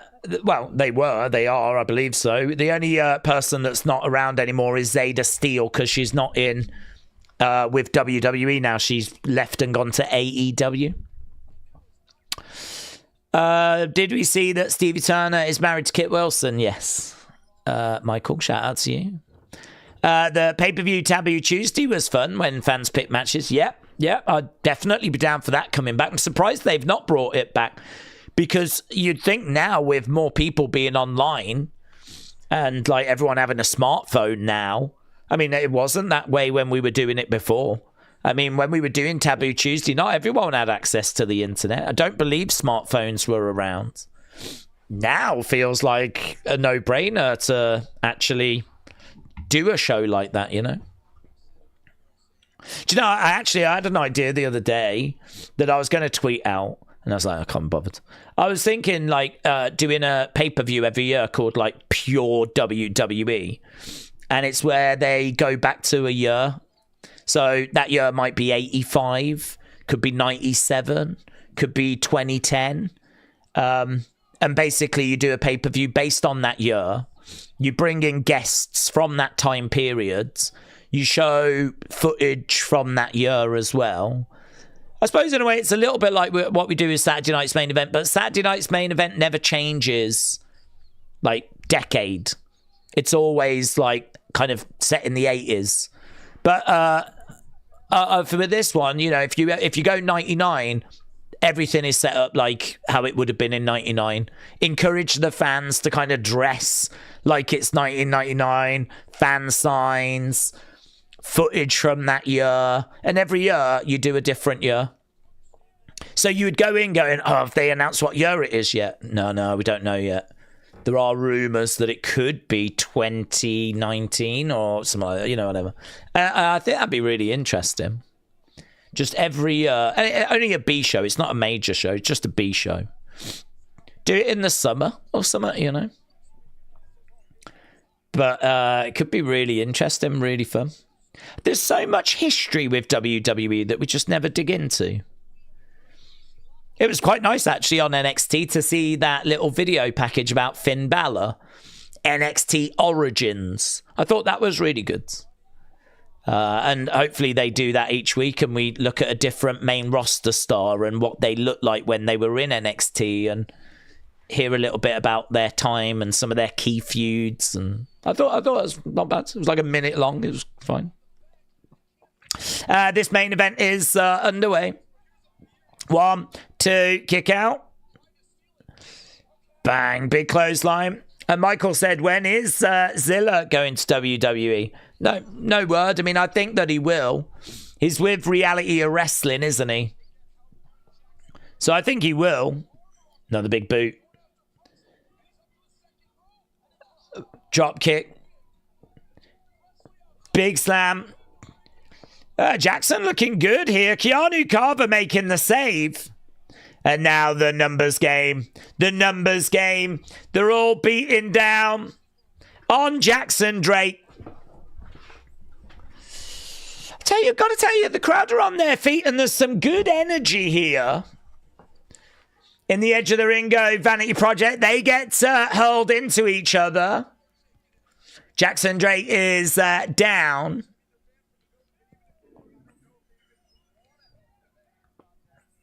All 3 members in the ring.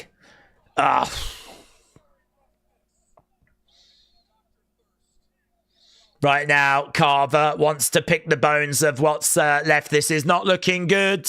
Bang! Big collision! Carver off the ropes. Boah! Jackson Drake goes down. New stipulation.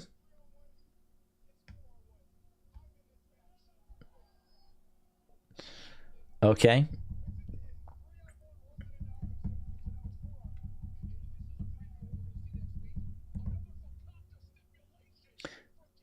Is it Cam Hendricks just going to get in to get the pin, is he? So Cam Hendricks says this is now a 4-on-1 match. He gets in there. He gets the pin on Jackson Drake. And listen, Cam Hendricks, they've really positioned him front and center.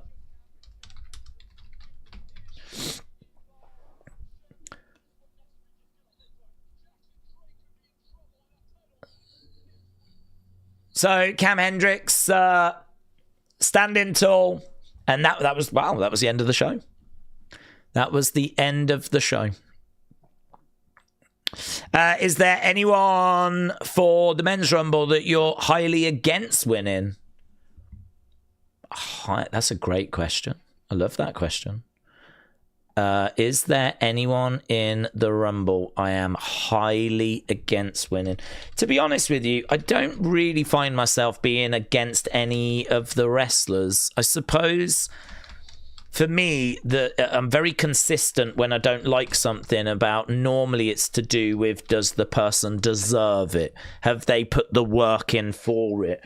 And so, you know, for me, I think obviously a celebrity is where I'm going to struggle. Because, you know, my issue with celebrities is that they just get to have these premium live event matches where they're, you know, untrained. They get like a couple of months of training. I mean, what's that, right? A couple of months of training and we're meant to believe that they can hang with the best of the best. I mean, it just doesn't add up. Doesn't make sense. It's like having a couple of months of training and think you can step into an octagon and go toe-to-toe with a UFC fighter. I do think that stuff has a negative impact on the perception of wrestling. It makes it just seem like a joke. Like, rather than wrestling seeming like a badass thing, like, oh my God, you know, like people used to believe when Stone Cold was on top, or, you know, Kane was on top, you know, or Undertaker or Rock, you know, I mean, people saw it as like people were badasses and they were cool. I mean, this is why celebrities want to get in the ring. They want to get in the ring because wrestling was seen as cool for a period of time. And I just think where you get like celebrities getting in and now they're able to go toe to toe with the current crop of wrestlers, Bad Bunny is able to get a victory over Damian Priest. Like, Jelly Roll is able to get in there and hang with, the wrestlers. Logan can get in there and hang with the wrestlers. Like, the fact that we do that, I really don't think it helps the perception of wrestling. I really don't think it has the positives that people think that it does. And I understand the argument is, it doesn't matter, it's just wrestling. But if you take that attitude, that's where you end up where we end up. If you take the attitude of it doesn't matter, it's just wrestling, the whole thing falls apart. The whole thing unravels. So, to be honest with you, when it comes to wrestlers that have put that work in, that have, gone through the NXT or whatever, I don't really have an issue with those people. I don't feel that sort of like, they don't deserve this, So my honest answer is I think probably a celebrity winner for the reason that I just gave. And it's funny, actually, because, again, I'm going to talk about Maxine, but I don't have an issue with Maxine as a person. I don't know her. I'm sure she's a lovely person. But, again, the issue I had with her winning the Intercontinental Championship was the exact same reason that I don't like celebrities, is because she was someone that we never saw wrestle. And whenever we did see her wrestle, it was not very good. So the idea that we would put the Intercontinental Championship on her and that we're meant to like that, and that's meant to be something that we applaud and we think is a good thing, just doesn't work for me. She is someone that I don't see being main roster worthy at the moment. She's not someone I would have on the main roster. She should be in NXT. I'm not saying she shouldn't be in wrestling. I'm not saying that I don't like her. I'm just saying that for me, she should be in NXT. Learning, building, growing, evolving. But for some reason, they just haven't. They moved her straight to the main roster and they're keeping her there. So, okay, fine. But I would not have put the IC belt on her for the same reasons that I'm not a fan of celebrities getting wins over wrestlers. So, no, it's a really good question. And I think it actually ties a lot of things together about why, if ever I'm not like feeling something, it's normally to do with that. It's normally to do with the person not feeling like they're quite ready for that, or they haven't put the work in to achieve that, or it's just not clicking or vibing with me as a result. So I'm trying to think if there's anyone on the main roster that's kind of in that boat, and I can't really think of any names. So if Gunther wins, Cody wins, Roman wins, if Bron Breakker wins, if Theory was to get the shock win, I mean, Theory's been on the main roster for years, and, it feels like there's something there. It feels like there's real potential. It's just we've got to find that spark, and I think we're hoping that him going in the Vision is going to be that spark, but maybe him winning the Rumble out of nowhere could be that spark. Now, of course, we don't expect that to happen. I think the odds on him winning are very, very low. But if we did it and it was a shock out of nowhere, I wouldn't hate it. I wouldn't hate it. He's been on the main roster years. What feels like it's missing with him is for it to click. He is at that stage that Liv was at. Liv Morgan was at this stage, where her in-ring was fine, her promos were not that great, that felt like it needed some work, but there was something there. No one ever looked at Liv and said she didn't belong in WWE, but people looked at Liv and went, this isn't working, this isn't right, it's not clicked. And I think the same is true of Theory. And then you just find whatever the thing is that makes it click, and you're off. For Liv, it was turning heel, and it was the revenge tour, getting like her teeth. Promo-wise, she could be a lot more focused. She had something to really say, and that was Rhea Ripley. I'm coming for you. I'm taking everything away from you. Like, you've wronged the wrong person. Like, it gave her a focus, and she could really deliver promos as a result. And it was great. They were great. The matches had that extra intensity. Her character had a purpose. I think she even said, I found my why. And that's what had been missing. And I wonder if the same is true for Theory. I wonder if he needs to find his why that, you know, he can really dial into something, you know? So, no, I don't think. I mean, like, if they gave it to someone like Tozawa or someone like that, I would be like, oh, what's this? But, I mean, that's clearly not going to happen, is it? Tommaso showed up in AEW. Good for him. Pleased for him. I think there was thoughts that he could make his way over there. Joe said, do we think The Rock could be in the Rumble? Do we think The Rock could be in the Rumble? I think that there is a chance. We're in Saudi Arabia. There's going to be a lot of money around. And I think there is a chance that The Rock could show up. To be honest with you, though, I think it might be more likely you get Stone Cold, because there was a rumor report not long ago that Stone Cold is actually going to feature on a WWE show in the near future. My brain went to WrestleMania, but actually now I'm thinking Saudi Rumble, lot of money spent on a purpose-built stadium, and all of a sudden, like, big show. Actually, last year got more views than any other show, including WrestleMania. Beat both days of WrestleMania, according to the Netflix numbers that got published. So is it a case that we go massive and we actually bring Stone Cold Steve Austin over to Saudi Arabia and have him do the attendance or something like that? I mean, God, could he take a bump? Could he actually come? We know he can walk to and from the ring. We know he can get in a ring. Could it be a case that we could find a bump where he actually gets eliminated? The only problem you've got with that, right, is it would take a fair bit of money to do it. Saudi have got money, so I don't see that being the problem. Stone Cold needs to have a free schedule. As far as I know, he's got nothing but a free schedule, so that's not a problem. There's rumors that he's going to be on a WWE show in the near future. Rumble is much in the near future, so that works. I think the only stumbling block is, can he take the bump of being eliminated? I think he can. And then are people going to be satisfied with it just being a one-off? Or, you know, do you then inadvertently start conversations of, oh my God, could he come back and have one more match? You know? Could he come back and have one more match? Would you end up starting that conversation? Because I don't think there's any plans for him to wrestle at WrestleMania. I don't think there's any plans on that, but I don't know, man. I think Stone Cold there's a chance. I think there's a chance. I can't give you too many reasons as to why it definitely wouldn't happen. He's free. The money would be there. He's rumored to be on a show in the near future anyway. He can take the bump.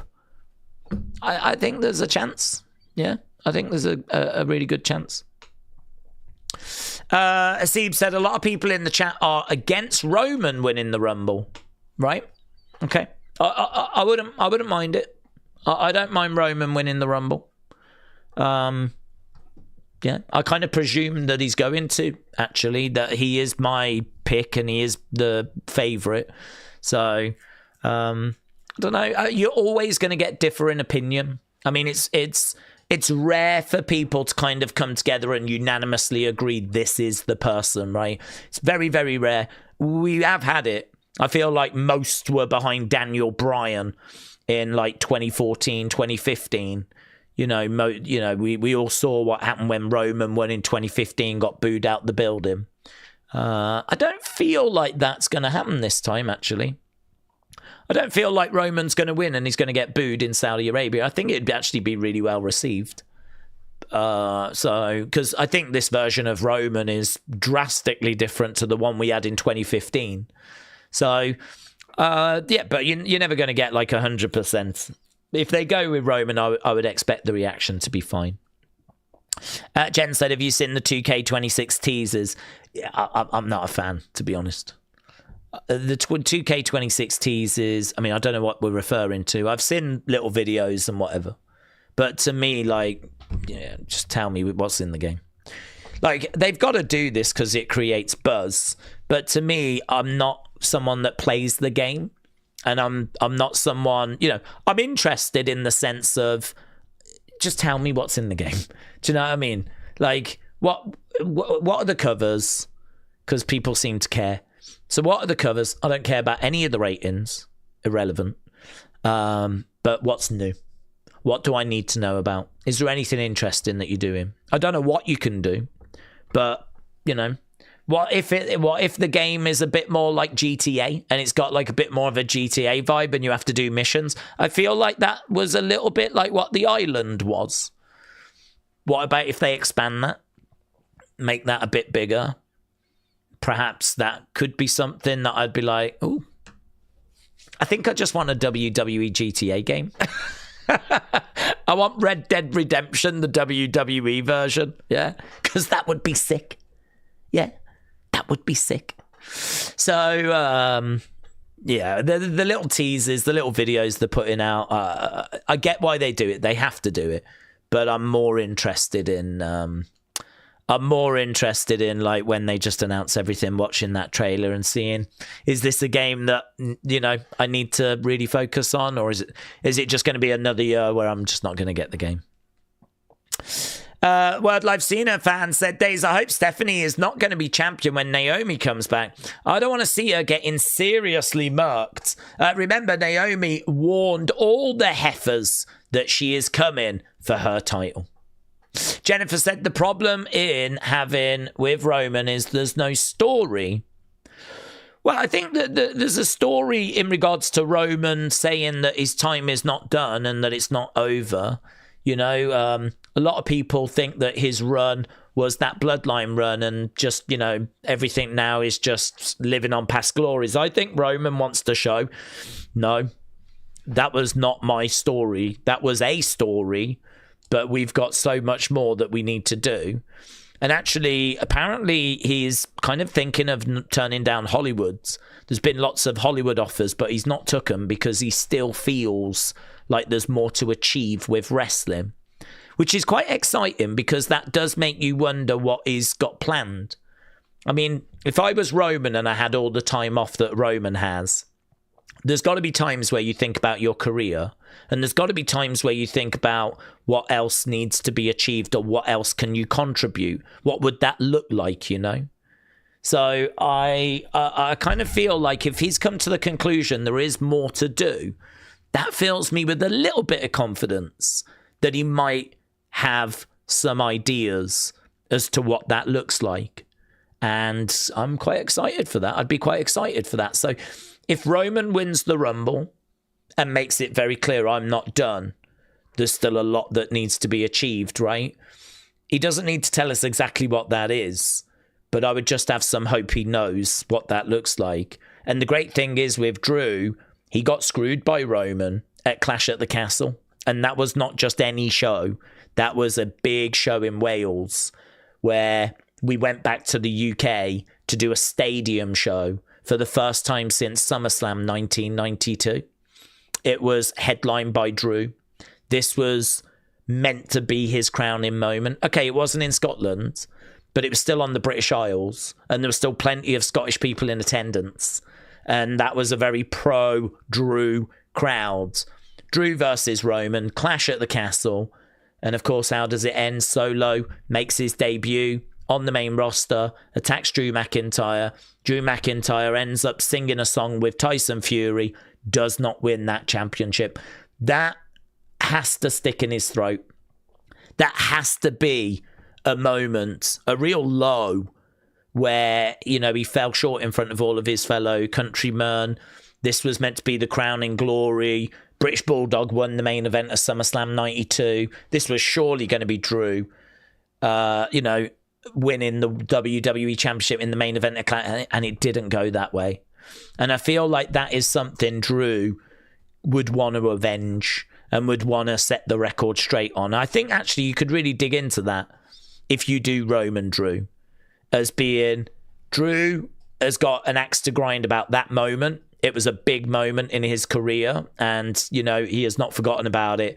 He holds all the cards now, and he is looking forward to giving Roman Reigns the beating that he should have had back then. And in regards to Roman, Roman's not done. What we did a few years ago was amazing, but there's other heights that are still to be reached. There's other things to be achieved. And, you know, making it very clear, I'm not done. It's not over. The story of Roman Reigns has not reached its conclusion. And you will find that out at WrestleMania 42. I feel like as a starting point, right? Obviously, you can flesh that out all a bit more. Bring other people in, you know, the Usos can get involved. Heyman could even get involved. You could bring in some other factors, right? But as a starting point, I think there's something you could work with if you build towards Roman Drew. I think Cody, for me, is the interesting one because I feel like Cody divides opinion online, right? Not so much in arenas in America, but more online. There is that kind of growing sense that people have grown tired of the underwhelming booking, of the character being very vanilla. And WWE have got to address that. I'm not convinced that if you get him out the way, that that's enough. I don't think people are tired of him and they just need a break. I think they're tired of him and they're looking for change. They're looking for this character to evolve. They've got to evolve. It doesn't mean heel turn. That's an option, but it doesn't have to mean that, right? I think they really need to put some work into him. I think it's actually more important that they find some evolution for this character than it is that he is just thrown into the main event. Because a lot of people would say triple threat of Drew, Roman, Cody, and you can do it. But I think more important than Cody being in the main event fighting for the title is you've got to evolve that character. Because I think that growing discomfort, I think that growing sort of resentment towards him, I don't think that stops. I feel like it's only going to keep growing unless you actually do something. So they need to figure that out. I'd say that's the challenge they've got for Cody right now. They've got to figure that out. They've got to work that out. And listen, it's going to get to a point where I don't know that you're going to be able to save it and that you will have to turn him heel. I don't think we're at that point personally because I don't think we've really tried anything. I think that he's just largely been that vanilla character that he's been for quite a while, right? We do need to evolve that character. So I don't know. Look, if Cody wins, that's fine, but we've got to evolve that character. If Roman wins, that's fine, because I think there's more, and I'd be excited to see what that more was. If Sami wins, that's fine. I just hope we can bring the masses on board to make them care, because I don't think they necessarily do. I think that we'd have to work quite hard in making people really interested in seeing Sami trying to win a world title. I mean, like, he's fighting for a world title this weekend. I'm not seeing much chatter about that match. I think most people are under the impression Drew's getting the win. So if he's going to get another opportunity at WrestleMania, how are you going to get people invested? So, don't know. I mean, it just doesn't feel like Sami's winning it, to be honest. If Gunther wins, it's fine. But can you keep that heat? Can you grow that heat? I mean, maybe him retiring AJ on Saturday is going to be a great way of keeping that heat going, you know? So there's not really someone I can really think that I would hate. If Jay won again, that's not what I'm looking for. I would have to just hope they've got something planned. I mean, you could actually tell a really interesting redemption story for Jay. A really interesting redemption story, but his character would have to evolve as well if you went back to him. Because you can't just run that, but they ain't gonna, are they? They ain't gonna. They tried it last year and it didn't work. Why would they go again this year? They're just not gonna. I really feel like the two favourites of Braun and Roman are where we're going with the Rumble. But there's a good chunk outside of that I really wouldn't mind if they did get the win. Daze, I was wondering why you don't stream live events, says Rent-Free.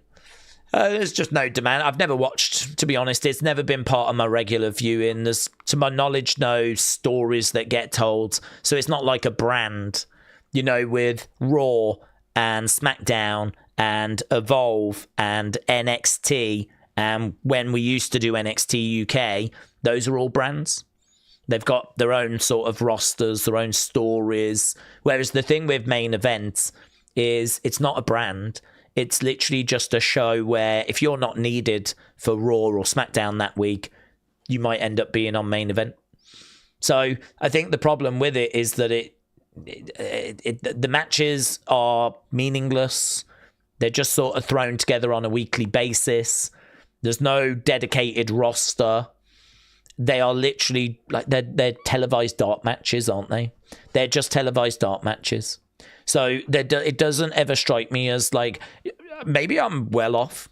Perhaps I'm completely wrong. Perhaps they've been telling or trying to tell some stories on main event, but it's not a brand. It's televised dark matches that for me don't warrant their own stream. So, you know, if it was a case that they showed them, like, I mean, I don't know why they don't do that. Why don't they just show it live? Like, do it live whenever they're taping them before. I can't remember if it's before Raw or SmackDown. It's before one, I can't remember. But whichever they tape it before, why don't they just do it live? I'd do that then. Because we're around anyway.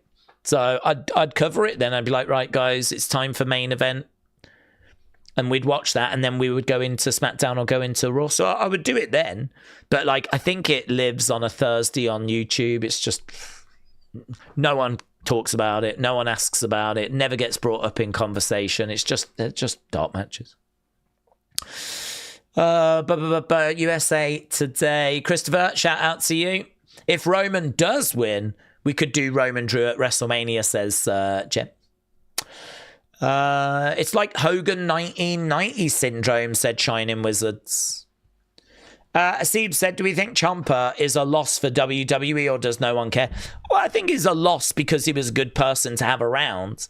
I think he was a good wrestler. I mean, if you could get him in like a really good story, I mean, we could have done him and Johnny Gargano feud on the main roster. I mean, that's one of the great NXT feuds. You know, put him in there with Ilya. It's always going to be a great match. Put him in there with Gunther. I mean, Tommaso Gunther in developmental was incredible. So, I mean, Gunther's one of the all-time NXT greats. For me, even makes the Mount Rushmore. I think Johnny, Ciampa, Cole, Balor would be my four when it comes to developmental greats. I think if you're going to include NXT UK, you could then start looking at Ilya and Gunther. You might want to put a woman up there, maybe Asuka or Bayley, but yeah, for me, is very much in the conversation. So I think he's definitely a loss. But the problem is, I don't know how old he is, but I think, you know, age-wise, we're getting on a little bit because he's done 20 years in wrestling already. So age-wise, we're getting on a little bit. Not a big problem. Not enough of a problem for him to need to leave. But I think, you know, there is a glass ceiling for smaller guys.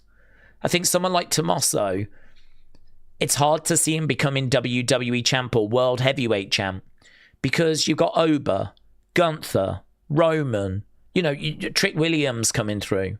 Like, you've got all this amazing talent that clearly is going to be prioritized. If you're a Johnny Gargano or a Tommaso Ciampa, the door isn't closed, but it's going to be hard. It's going to be really hard for you to get to a world title.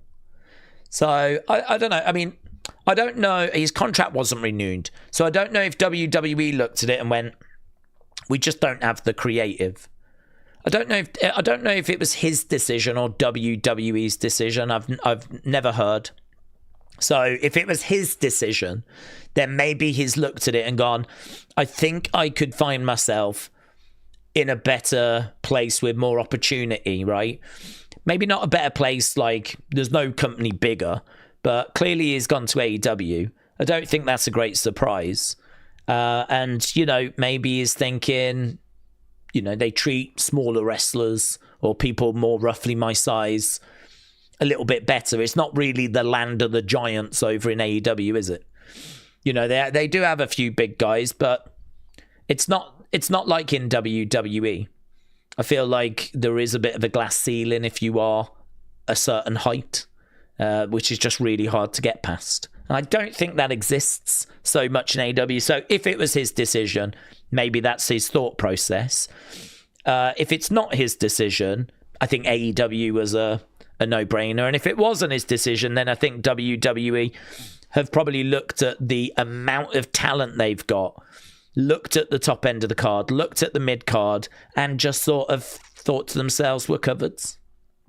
As great as this guy is, we're covered.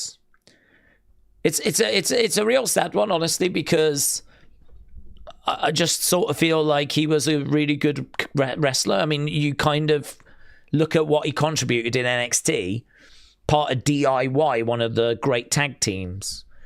Feuded with Johnny Gargano, one of NXT's best ever feuds. You know, very versatile in that he could be in a faction, he could be in a tag team, he could be a singles wrestler. He was a NXT champion. He had the belt. Obviously, he used to call it Goldie. And so, you know, he was even at the very top of NXT. So it's one thing to be big in developmental. It's obviously different to then get to the main roster and replicate that success. There's a lot of things that need to go your way. One of them being that you get creative opportunities. And, you know, here we are where we are. So I would say it is a loss.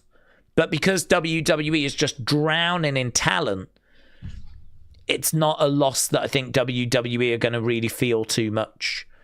It's just, we could have done something with him. We could have. And I'm sure it would have been great. But WWE have kind of decided to not. So, yeah, shame. Millennial said Ciampa's 40. He's had bad luck since going to the main roster.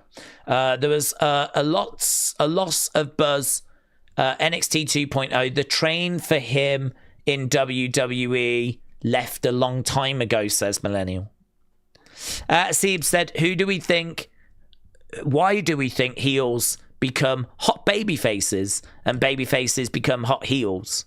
Well, I think, to be honest with you, heels are kind of, if you're a heel and you're good at insulting people and you're good at like being a bully and going off in the crowd, not caring, yeah, saying what you want to say. I mean, there's a recklessness, but there's also an honesty in just, you know, baby faces have to shake hands and be polite. And I sort of feel like with heels, they don't have to do any of that. They can just, do you know what I mean? Say what they want to say when they want to say it. And there's a coolness about that. There's a rebel kind of vibe to that. And, you know, people that just speak their mind and don't care what the consequences are and take shortcuts and cheat. And I mean, we don't live in a world where, you know, if you take a shortcut, everyone's going to be like looking down on you, whatever. It's kind of like if these people that take these shortcuts and become champion, they'll get booed by the crowds. But I don't think the people really care, right? Kids might. But I don't think us adults are sat there like, oh, they cheated. He cheated. He had a hand. Oh, my God, that's appalling.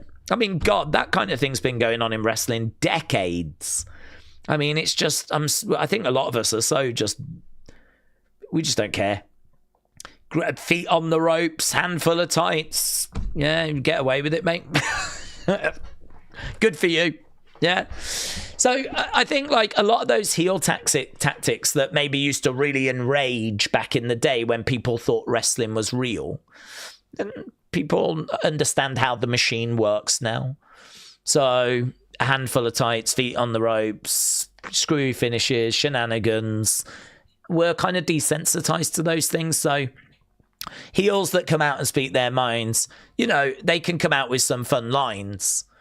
And as a result, get like reactions. You know, Becky's work at the moment is really good. It's really good. And like, I think you can appreciate Gunther.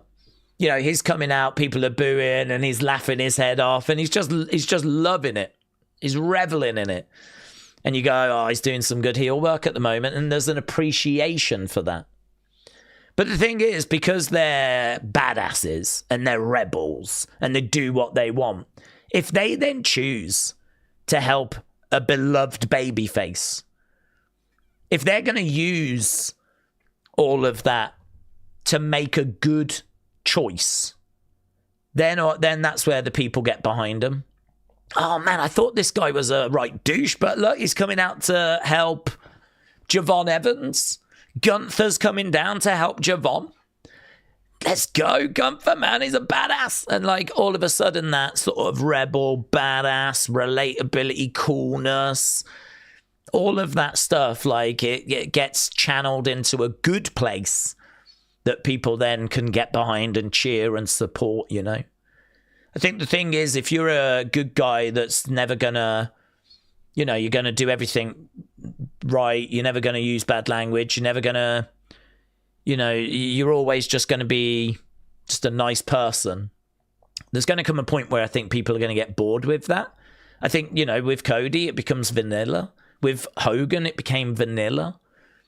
You're nice, everything's great, like, you're there for the fans, you'll take photos and pictures, and you're the good guy. But there is, I don't want to say a falseness to it, but there is an air of, like, predictability. It becomes boring, predictable. You just sort of know what you're going to get, and unless you can put them into creative stories that are going to really keep things interesting, those kind of babyface characters can get quite stale quite quickly. And, you know, it's not unusual. What Cody is going through is not anything new. Hogan went through it. We know that Hulkamania ran its course. And then by the time we're getting to like 92, 93, a lot of people had kind of were done with Hogan. If you had social media around at that time, you would have seen that a lot of people online would have jumped off Hulkamania's bandwagon. Hulkamania just, you know, really ran its course. They brought Hogan in 94 to WCW, and that got like a new lease of life. But, you know, even then, it only got a little boost, and, you know, it became very obvious this isn't sustainable, which is why it was perfectly the right thing to do and the right time to turn Hogan and actually put him in the NWO, because, like, it had ran its course with him being the babyface. Same with John. I mean, let's go Cena, Cena sucks. You can't really say the one without the other. Let's go Cena, Cena sucks. Red hot babyface. This is the guy that we're going to shove down your throat. People don't want to be told who they should be rooting for. And so, you know, there was plenty of, you know, kids and women. Let's go Cena. Cena sucks. Let's go Cena. Cena sucks. You got women that fancy him, kids that look up to him on the bandwagon, and then you got the guys that are like, this ain't the person I want. Cena sucks. And I think we're seeing some very, very similar starting to happen with Cody right now. And listen, Roman Reigns, the big dog, was not over. You know, you can go back in Roman's career and see plenty of times where the crowd are against him. But you turn him heel, you make him cool, you have him so that, I don't care if you boo. I don't care how you feel about me. I don't need to pander to you anymore. In fact, what you can do is you can acknowledge me. Yeah? That kind of bravado, that kind of arrogance. You would think people would really rebel against it and push back, but instead they go, oh, damn, that's cool. That's what I would do as well. I would do that if I was him. In fact, I am going to acknowledge him, actually, because that's pretty cool. And all of a sudden, he goes from being the big dog, suffering succotash, yeah, dog food and all this nonsense in 2019. He goes from that to, like, proper aura. Heyman by his sides, new music, new presentation, thinks he's God's gift but can back it up in the ring. And you know, he's still being shoved down your throat, but it's in a completely different way. It's funny, isn't it? People rebel against him being shoved down their throats when he's a babyface. A few little tweaks and they shove him down your throat, but a different way. But instead people lap it up. Love it. Give me more. So the whole psychology of that side of wrestling is so fascinating. And this is why when people go, oh, you know, wrestling's fake, don't you? They don't know how complex it can be, how much goes into it. They just think it's just scripted nonsense. But, you know, what if you've got a baby face that's not working? What do you do? What are you going to do? What if you've got a heel that's, you know, not quite working? You know, do you turn them face? Do you try something else? How do you get those reactions that you want from the crowds? And that's a whole side of wrestling that I find so interesting. I know we talk about this a lot, how we do dig into wrestling, we do try to analyze it, and we do try to get into the weeds. But, I mean, it is true, we do, because I love being there. It's where I feel very comfortable. I love kind of not just talking about the surface stuff of, like, where the stories are going. And, you know, this wrestler could face this wrestler, but actually digging into, like, why do things get these reactions? What can we tell from this? What does this mean? I find all of that absolutely fascinating. So, yeah, just a little bit there on why heels, if they're really good, can get appreciation, and why baby faces, after a while, can have people turn on them. Days, I like guys like Dion, Miles, Shiloh, OTM, Osiris, Jasper. But the next in-line athletes, there's a lack of mobility and a lack of unique movesets. I do wonder how they're being trained. The women just get it. Okay. I don't know that I agree with that, to be honest. I don't really see that. I mean, I think Obafemi, Tripp Williams were both next in line, and they're two of the hottest prospects that we've got. I think Tiffany Stratton, Bianca, you know, I don't think either of them came in from wrestling backgrounds. You know, they came from gymnastics and CrossFit, and, like, they get it, you know. So I don't know. To be honest with you, I just think it's a mixed bag. I think that you've got some people that are going to pick it up. You've got some people that are going to struggle. I think it's probably acceptable to understand that next in line is going to give you some more mixed results, because WWE ID, or people that have come in from other promotions, they've already been weeded out. If you get into wrestling in the indies and you are lacking in something, be it mobility or be it whatever, you're probably not going to make it in wrestling very long, because I would imagine your matches are not going to be very good, and so you're not going to get booked, and you're not going to create a buzz, and you're not going to get people interested, and so, you know, you might splutter and end up leaving wrestling, right? You get weeded out. So those people that do make a name for themselves, do build a fan base, do actually get booked on a regular basis, they've probably already ticked some boxes, yeah? And then they make it into WWE. They get picked up by WWE. But the problem we've got is, unfortunately, there is a real lack of bigger guys that are going through that system. So bigger guys seem to, in America, want to go to the NFL, which makes sense, doesn't it? More money, yeah? If you can make it in the NFL, I mean, let me know. That's the dream. So it seems like bigger guys are not necessarily going to the indies trying to make, like, names for themselves. So there is, and has been for a long time, a lack of bigger guys. Those kind of, and so we've got to make our own.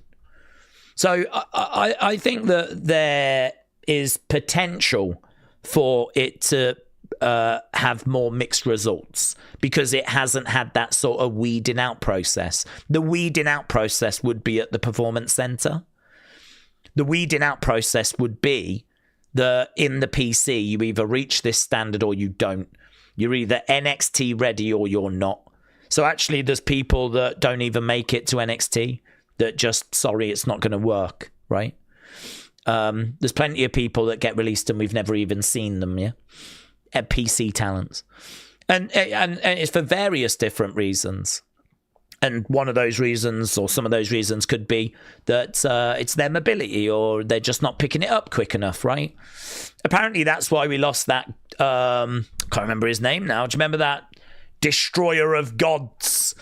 There was high hopes for him. Like, there was that picture doing the rounds. He was going to be the next Brock Lesnar. And, you know, we didn't do much with it. He ended up going to AEW, didn't he? can't remember his name now. I haven't heard of him in ages. I can't remember what his name was. But anyway, I think there has to be an understanding that next in line is going to result in more mixed bag. But I can't say that I've particularly detected that there's like any kind of major issue there. Not when you can think of certain names that have come through next in line that have got to the main roster. It's not like everyone that comes through is just, it's a dead end, you know? It's just not working. As I said, Obafemi, Trick Williams, those are two names that I believe did not have indie wrestling backgrounds that have come through the system, and they're two of the hottest prospects we've got right now. I feel like if we were to sit down and kind of go through more, we could identify more. So, maybe there's something to it with, if you look at the wider picture, because they've not been weeded out, but as a system, as a way of getting big talent into WWE, I think it's got to be seen as a success. I think NXT has proven time and time again, the PC, that they can take raw talent, take someone from the street, and as long as they've got those raw ingredients of athleticism, agility, whatever, right, which next in line athletes should have, you should be able to make a superstar. Wrestle Dandy said we should do an NXT Rumble to figure out the main event and stuff. Yeah, that'd be good. TJF said Roman is nothing without Heyman. He knows how to sell shiz. Roman can't wrestle. Well, I think you get a lot of people disagreeing with you on that one, but I know that's how you feel. I know you're not a Roman fan, but it's a hard one to agree with. I personally don't agree, but to each their own. Peacemaker said Ciampa is going to be a jobber in a few months. King Notorious says the biggest issue seems to be in acting ability and delivering lines. Yeah, well, again, that would be something they wouldn't have, isn't it? I mean, next in line talent, we are learning about how to present them and work with them, develop them. You know, next in line hasn't been around that long. So I feel like we're in very early stages to next in line. And I've seen already enough success to know that this is definitely something that we're doing right. Yeah, it's not that the next in line program needs to go. It's a disgrace. What are we doing? I don't feel that way about it at all. I think next in line has been an excellent addition to the developmental setup, right? The bottom line is this. If you're the best, WWE are interested, right? So if you're the best on the indie scene, we want you, yeah? We want you. And we've shown that by bringing in great indie talent. And we've shown that through the ID program, yeah? So we're not ignoring indie talent. We want them. But you're not seeing giants come from there. So in order to fix that, we go to high schools, universities, colleges, whatever, and we find those athletic stars that maybe want to be a basketball player or a football player. Maybe it doesn't work out. And so we're right there to go, listen, have you thought about wrestling? Might not be something you've ever thought about. It might not be something you've ever, you've never even engaged with. But hey, come and check this out. There are people like Bianca who said that she did have it on when she was young, but she would only watch it if her family had it on. She never used to sit down and watch it religiously. And so it was just not part of her thought process. But like now it's like it's grabbed her. She has now dedicated time to it. She can understand that it is performance mixed in with athleticism in front of a live crowd. You can go as big as a WrestleMania stadium, but you can go as small as an NXT live event where there's a few hundred people. You can be a heel, you can be a face, you can do a promo, you can do a match, you can do a backstage segment. There's so many different facets to it. So many, it's storytelling, and not only just like with a feud, but within a ring. There's stories that can be told within matches. Like, people don't understand the depth of pro wrestling. A lot of people just go, it's fake. two people pretending to like be in a fight and they're not. And most people don't get further than that. If you was to grab the person from the street and go, just tell me about wrestling, WWE, what do you know? Most people would be like, well, I know it's not real. It's just people fighting, making you think it's real, but it's not real. And that's probably what most people can tell you, and they can't tell you any more than that. They can't tell you any more than that. But actually, the psychology that goes into it, I mean, I really see it as an art form. I genuinely believe it's an art form because I genuinely believe that you can express yourself in the ring, right? I think that, you know, there are people that could be seen as being, you know, kind of artists, if you will. I mean, if you look at AJ Styles and Daniel Bryan and Okada and Omega, I mean, these are seen as you know, greats of this past generation. And that's because consistently they were able to hit moves and build drama and actually hit the right things in the right moments, sell at the right times and bring the crowd in the right moments. They were able to bring all of this together using their skills to tell great stories and put on great matches on a regular basis. It takes skill to do that. You don't chance on that. That is what a great professional wrestler does. That's what makes a great professional wrestler. It's like someone being able to play a guitar. If you want to play a guitar, you've got to hit the right notes at the right time to make a song. And that's what a great professional wrestler can do. They can hit the right notes, the right moves, so they can bring the crowd in, they can sell, they can do all of these things, right? High spots when needed. And they can bring these in, close pinfalls and everything at the right time to tell the right story and really grab you and do that on a consistent basis. That's what AJ brings. That's what Daniel Bryan brings. That's what Okada brings. That's what Omega brings. That's what Ilya Dragunov brings. That's what Sami Zayn can bring. You know, these are brilliant in-ring workers that can consistently do that. This is why the Open Challenge has been amazing. We've gone from Sami to Ilya to Carmelo. All three of them have the ability to put on great matches. And that is why from the very beginning of the US Open Challenge last year after SummerSlam, it has consistently delivered fantastic in-ring matches. And that's because we've got people that really know what they're doing. People don't think about it. The average person doesn't think about it in those regards.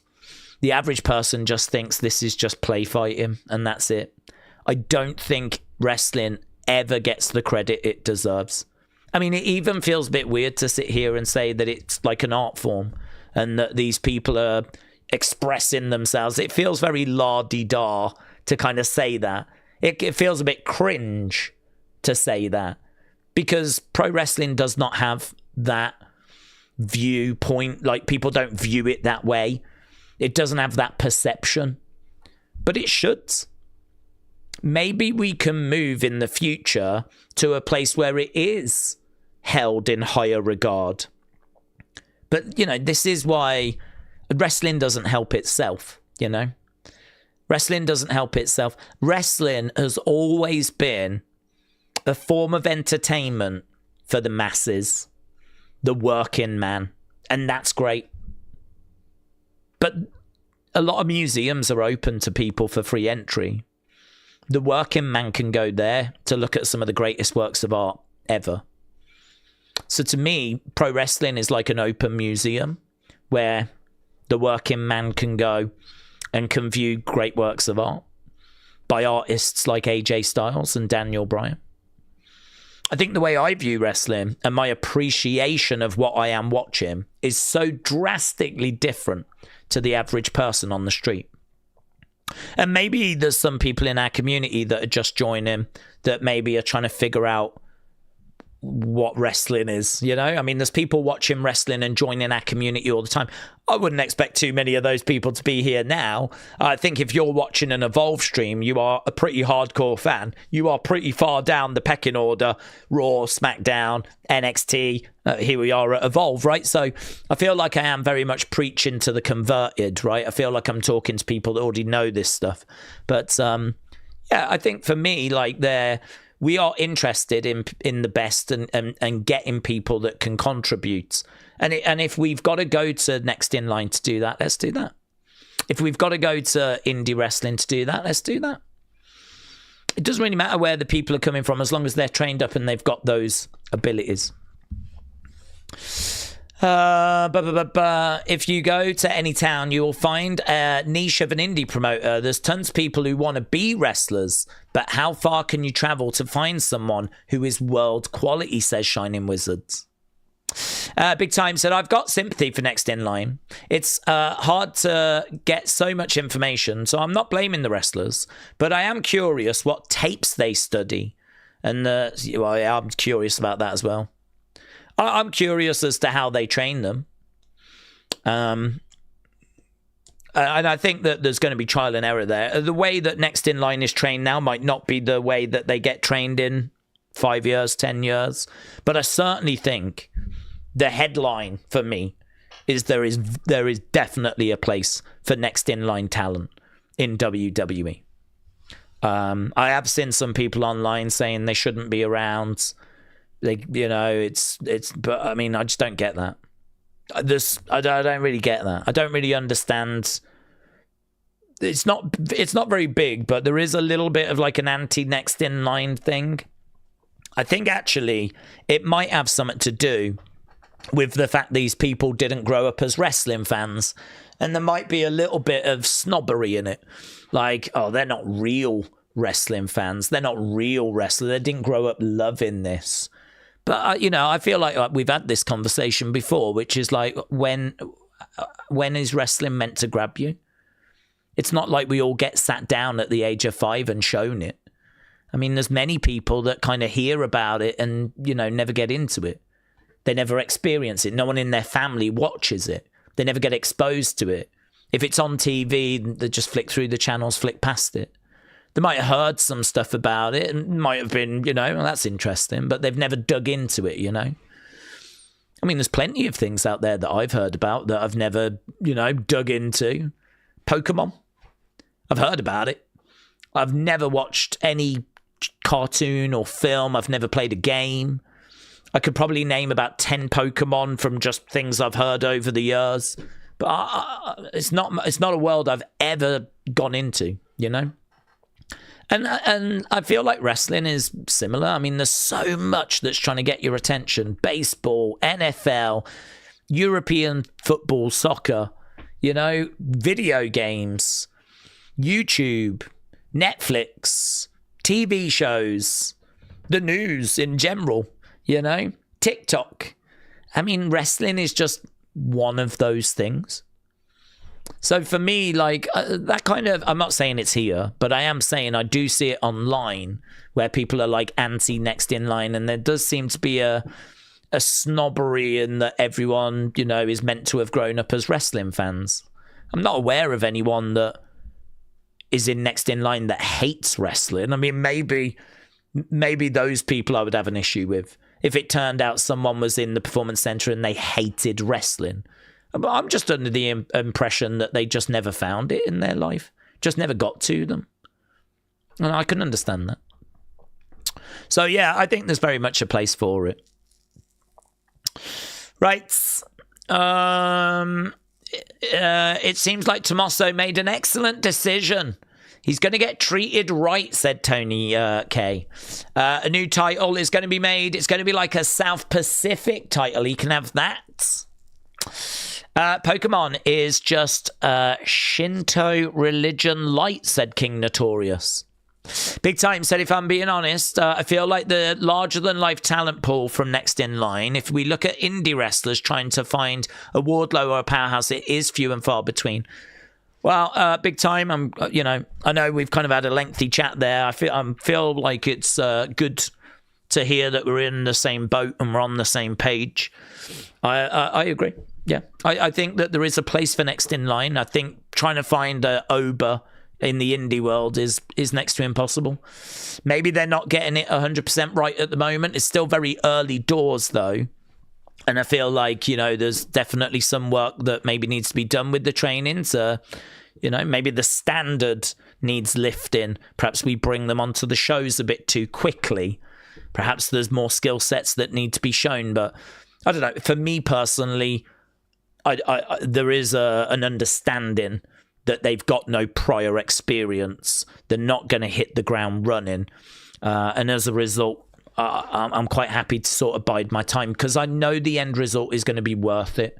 And if we're seeing end results like Tiffany, Bianca, we're seeing end results coming through like Oba, like Trick, you kind of go, yeah, there's value to this, man. There's definitely value to this. So, yeah, good. But there we go. Lovely. I know we stuck around a bit after there, but gotta be honest, if ever we get stuck on a conversation that I find really interesting, I do find Next in Line, WWEID, the developmental setup, heels and faces, all that kind of stuff. You know me. I just love talking wrestling, and so if ever we're going to get onto these topics, we're going to explore them. The reason I talk so much is because I'm exploring it myself. I'm talking about it, and I'm thinking about it, and I'm exploring it as I'm talking. I'm not very good at when someone just asks a question, having the answer appear, and like, there you go, on to the next thing, as you know. So that's why we can spend a little bit, maybe too long on topics, because I'm mentally exploring it myself. So good. There we go. That was Evolve, and interesting. A few talking points coming out of it. Don't forget, we are back tomorrow for Wrestling Escape Pod, but we're also back tomorrow for member stream. The big one's going to be Friday. I need to get all those streams set up. And of course, then on Saturday, we got the Royal Rumble. So thanks a lot for joining. Appreciate it as always. And I will see you again next time.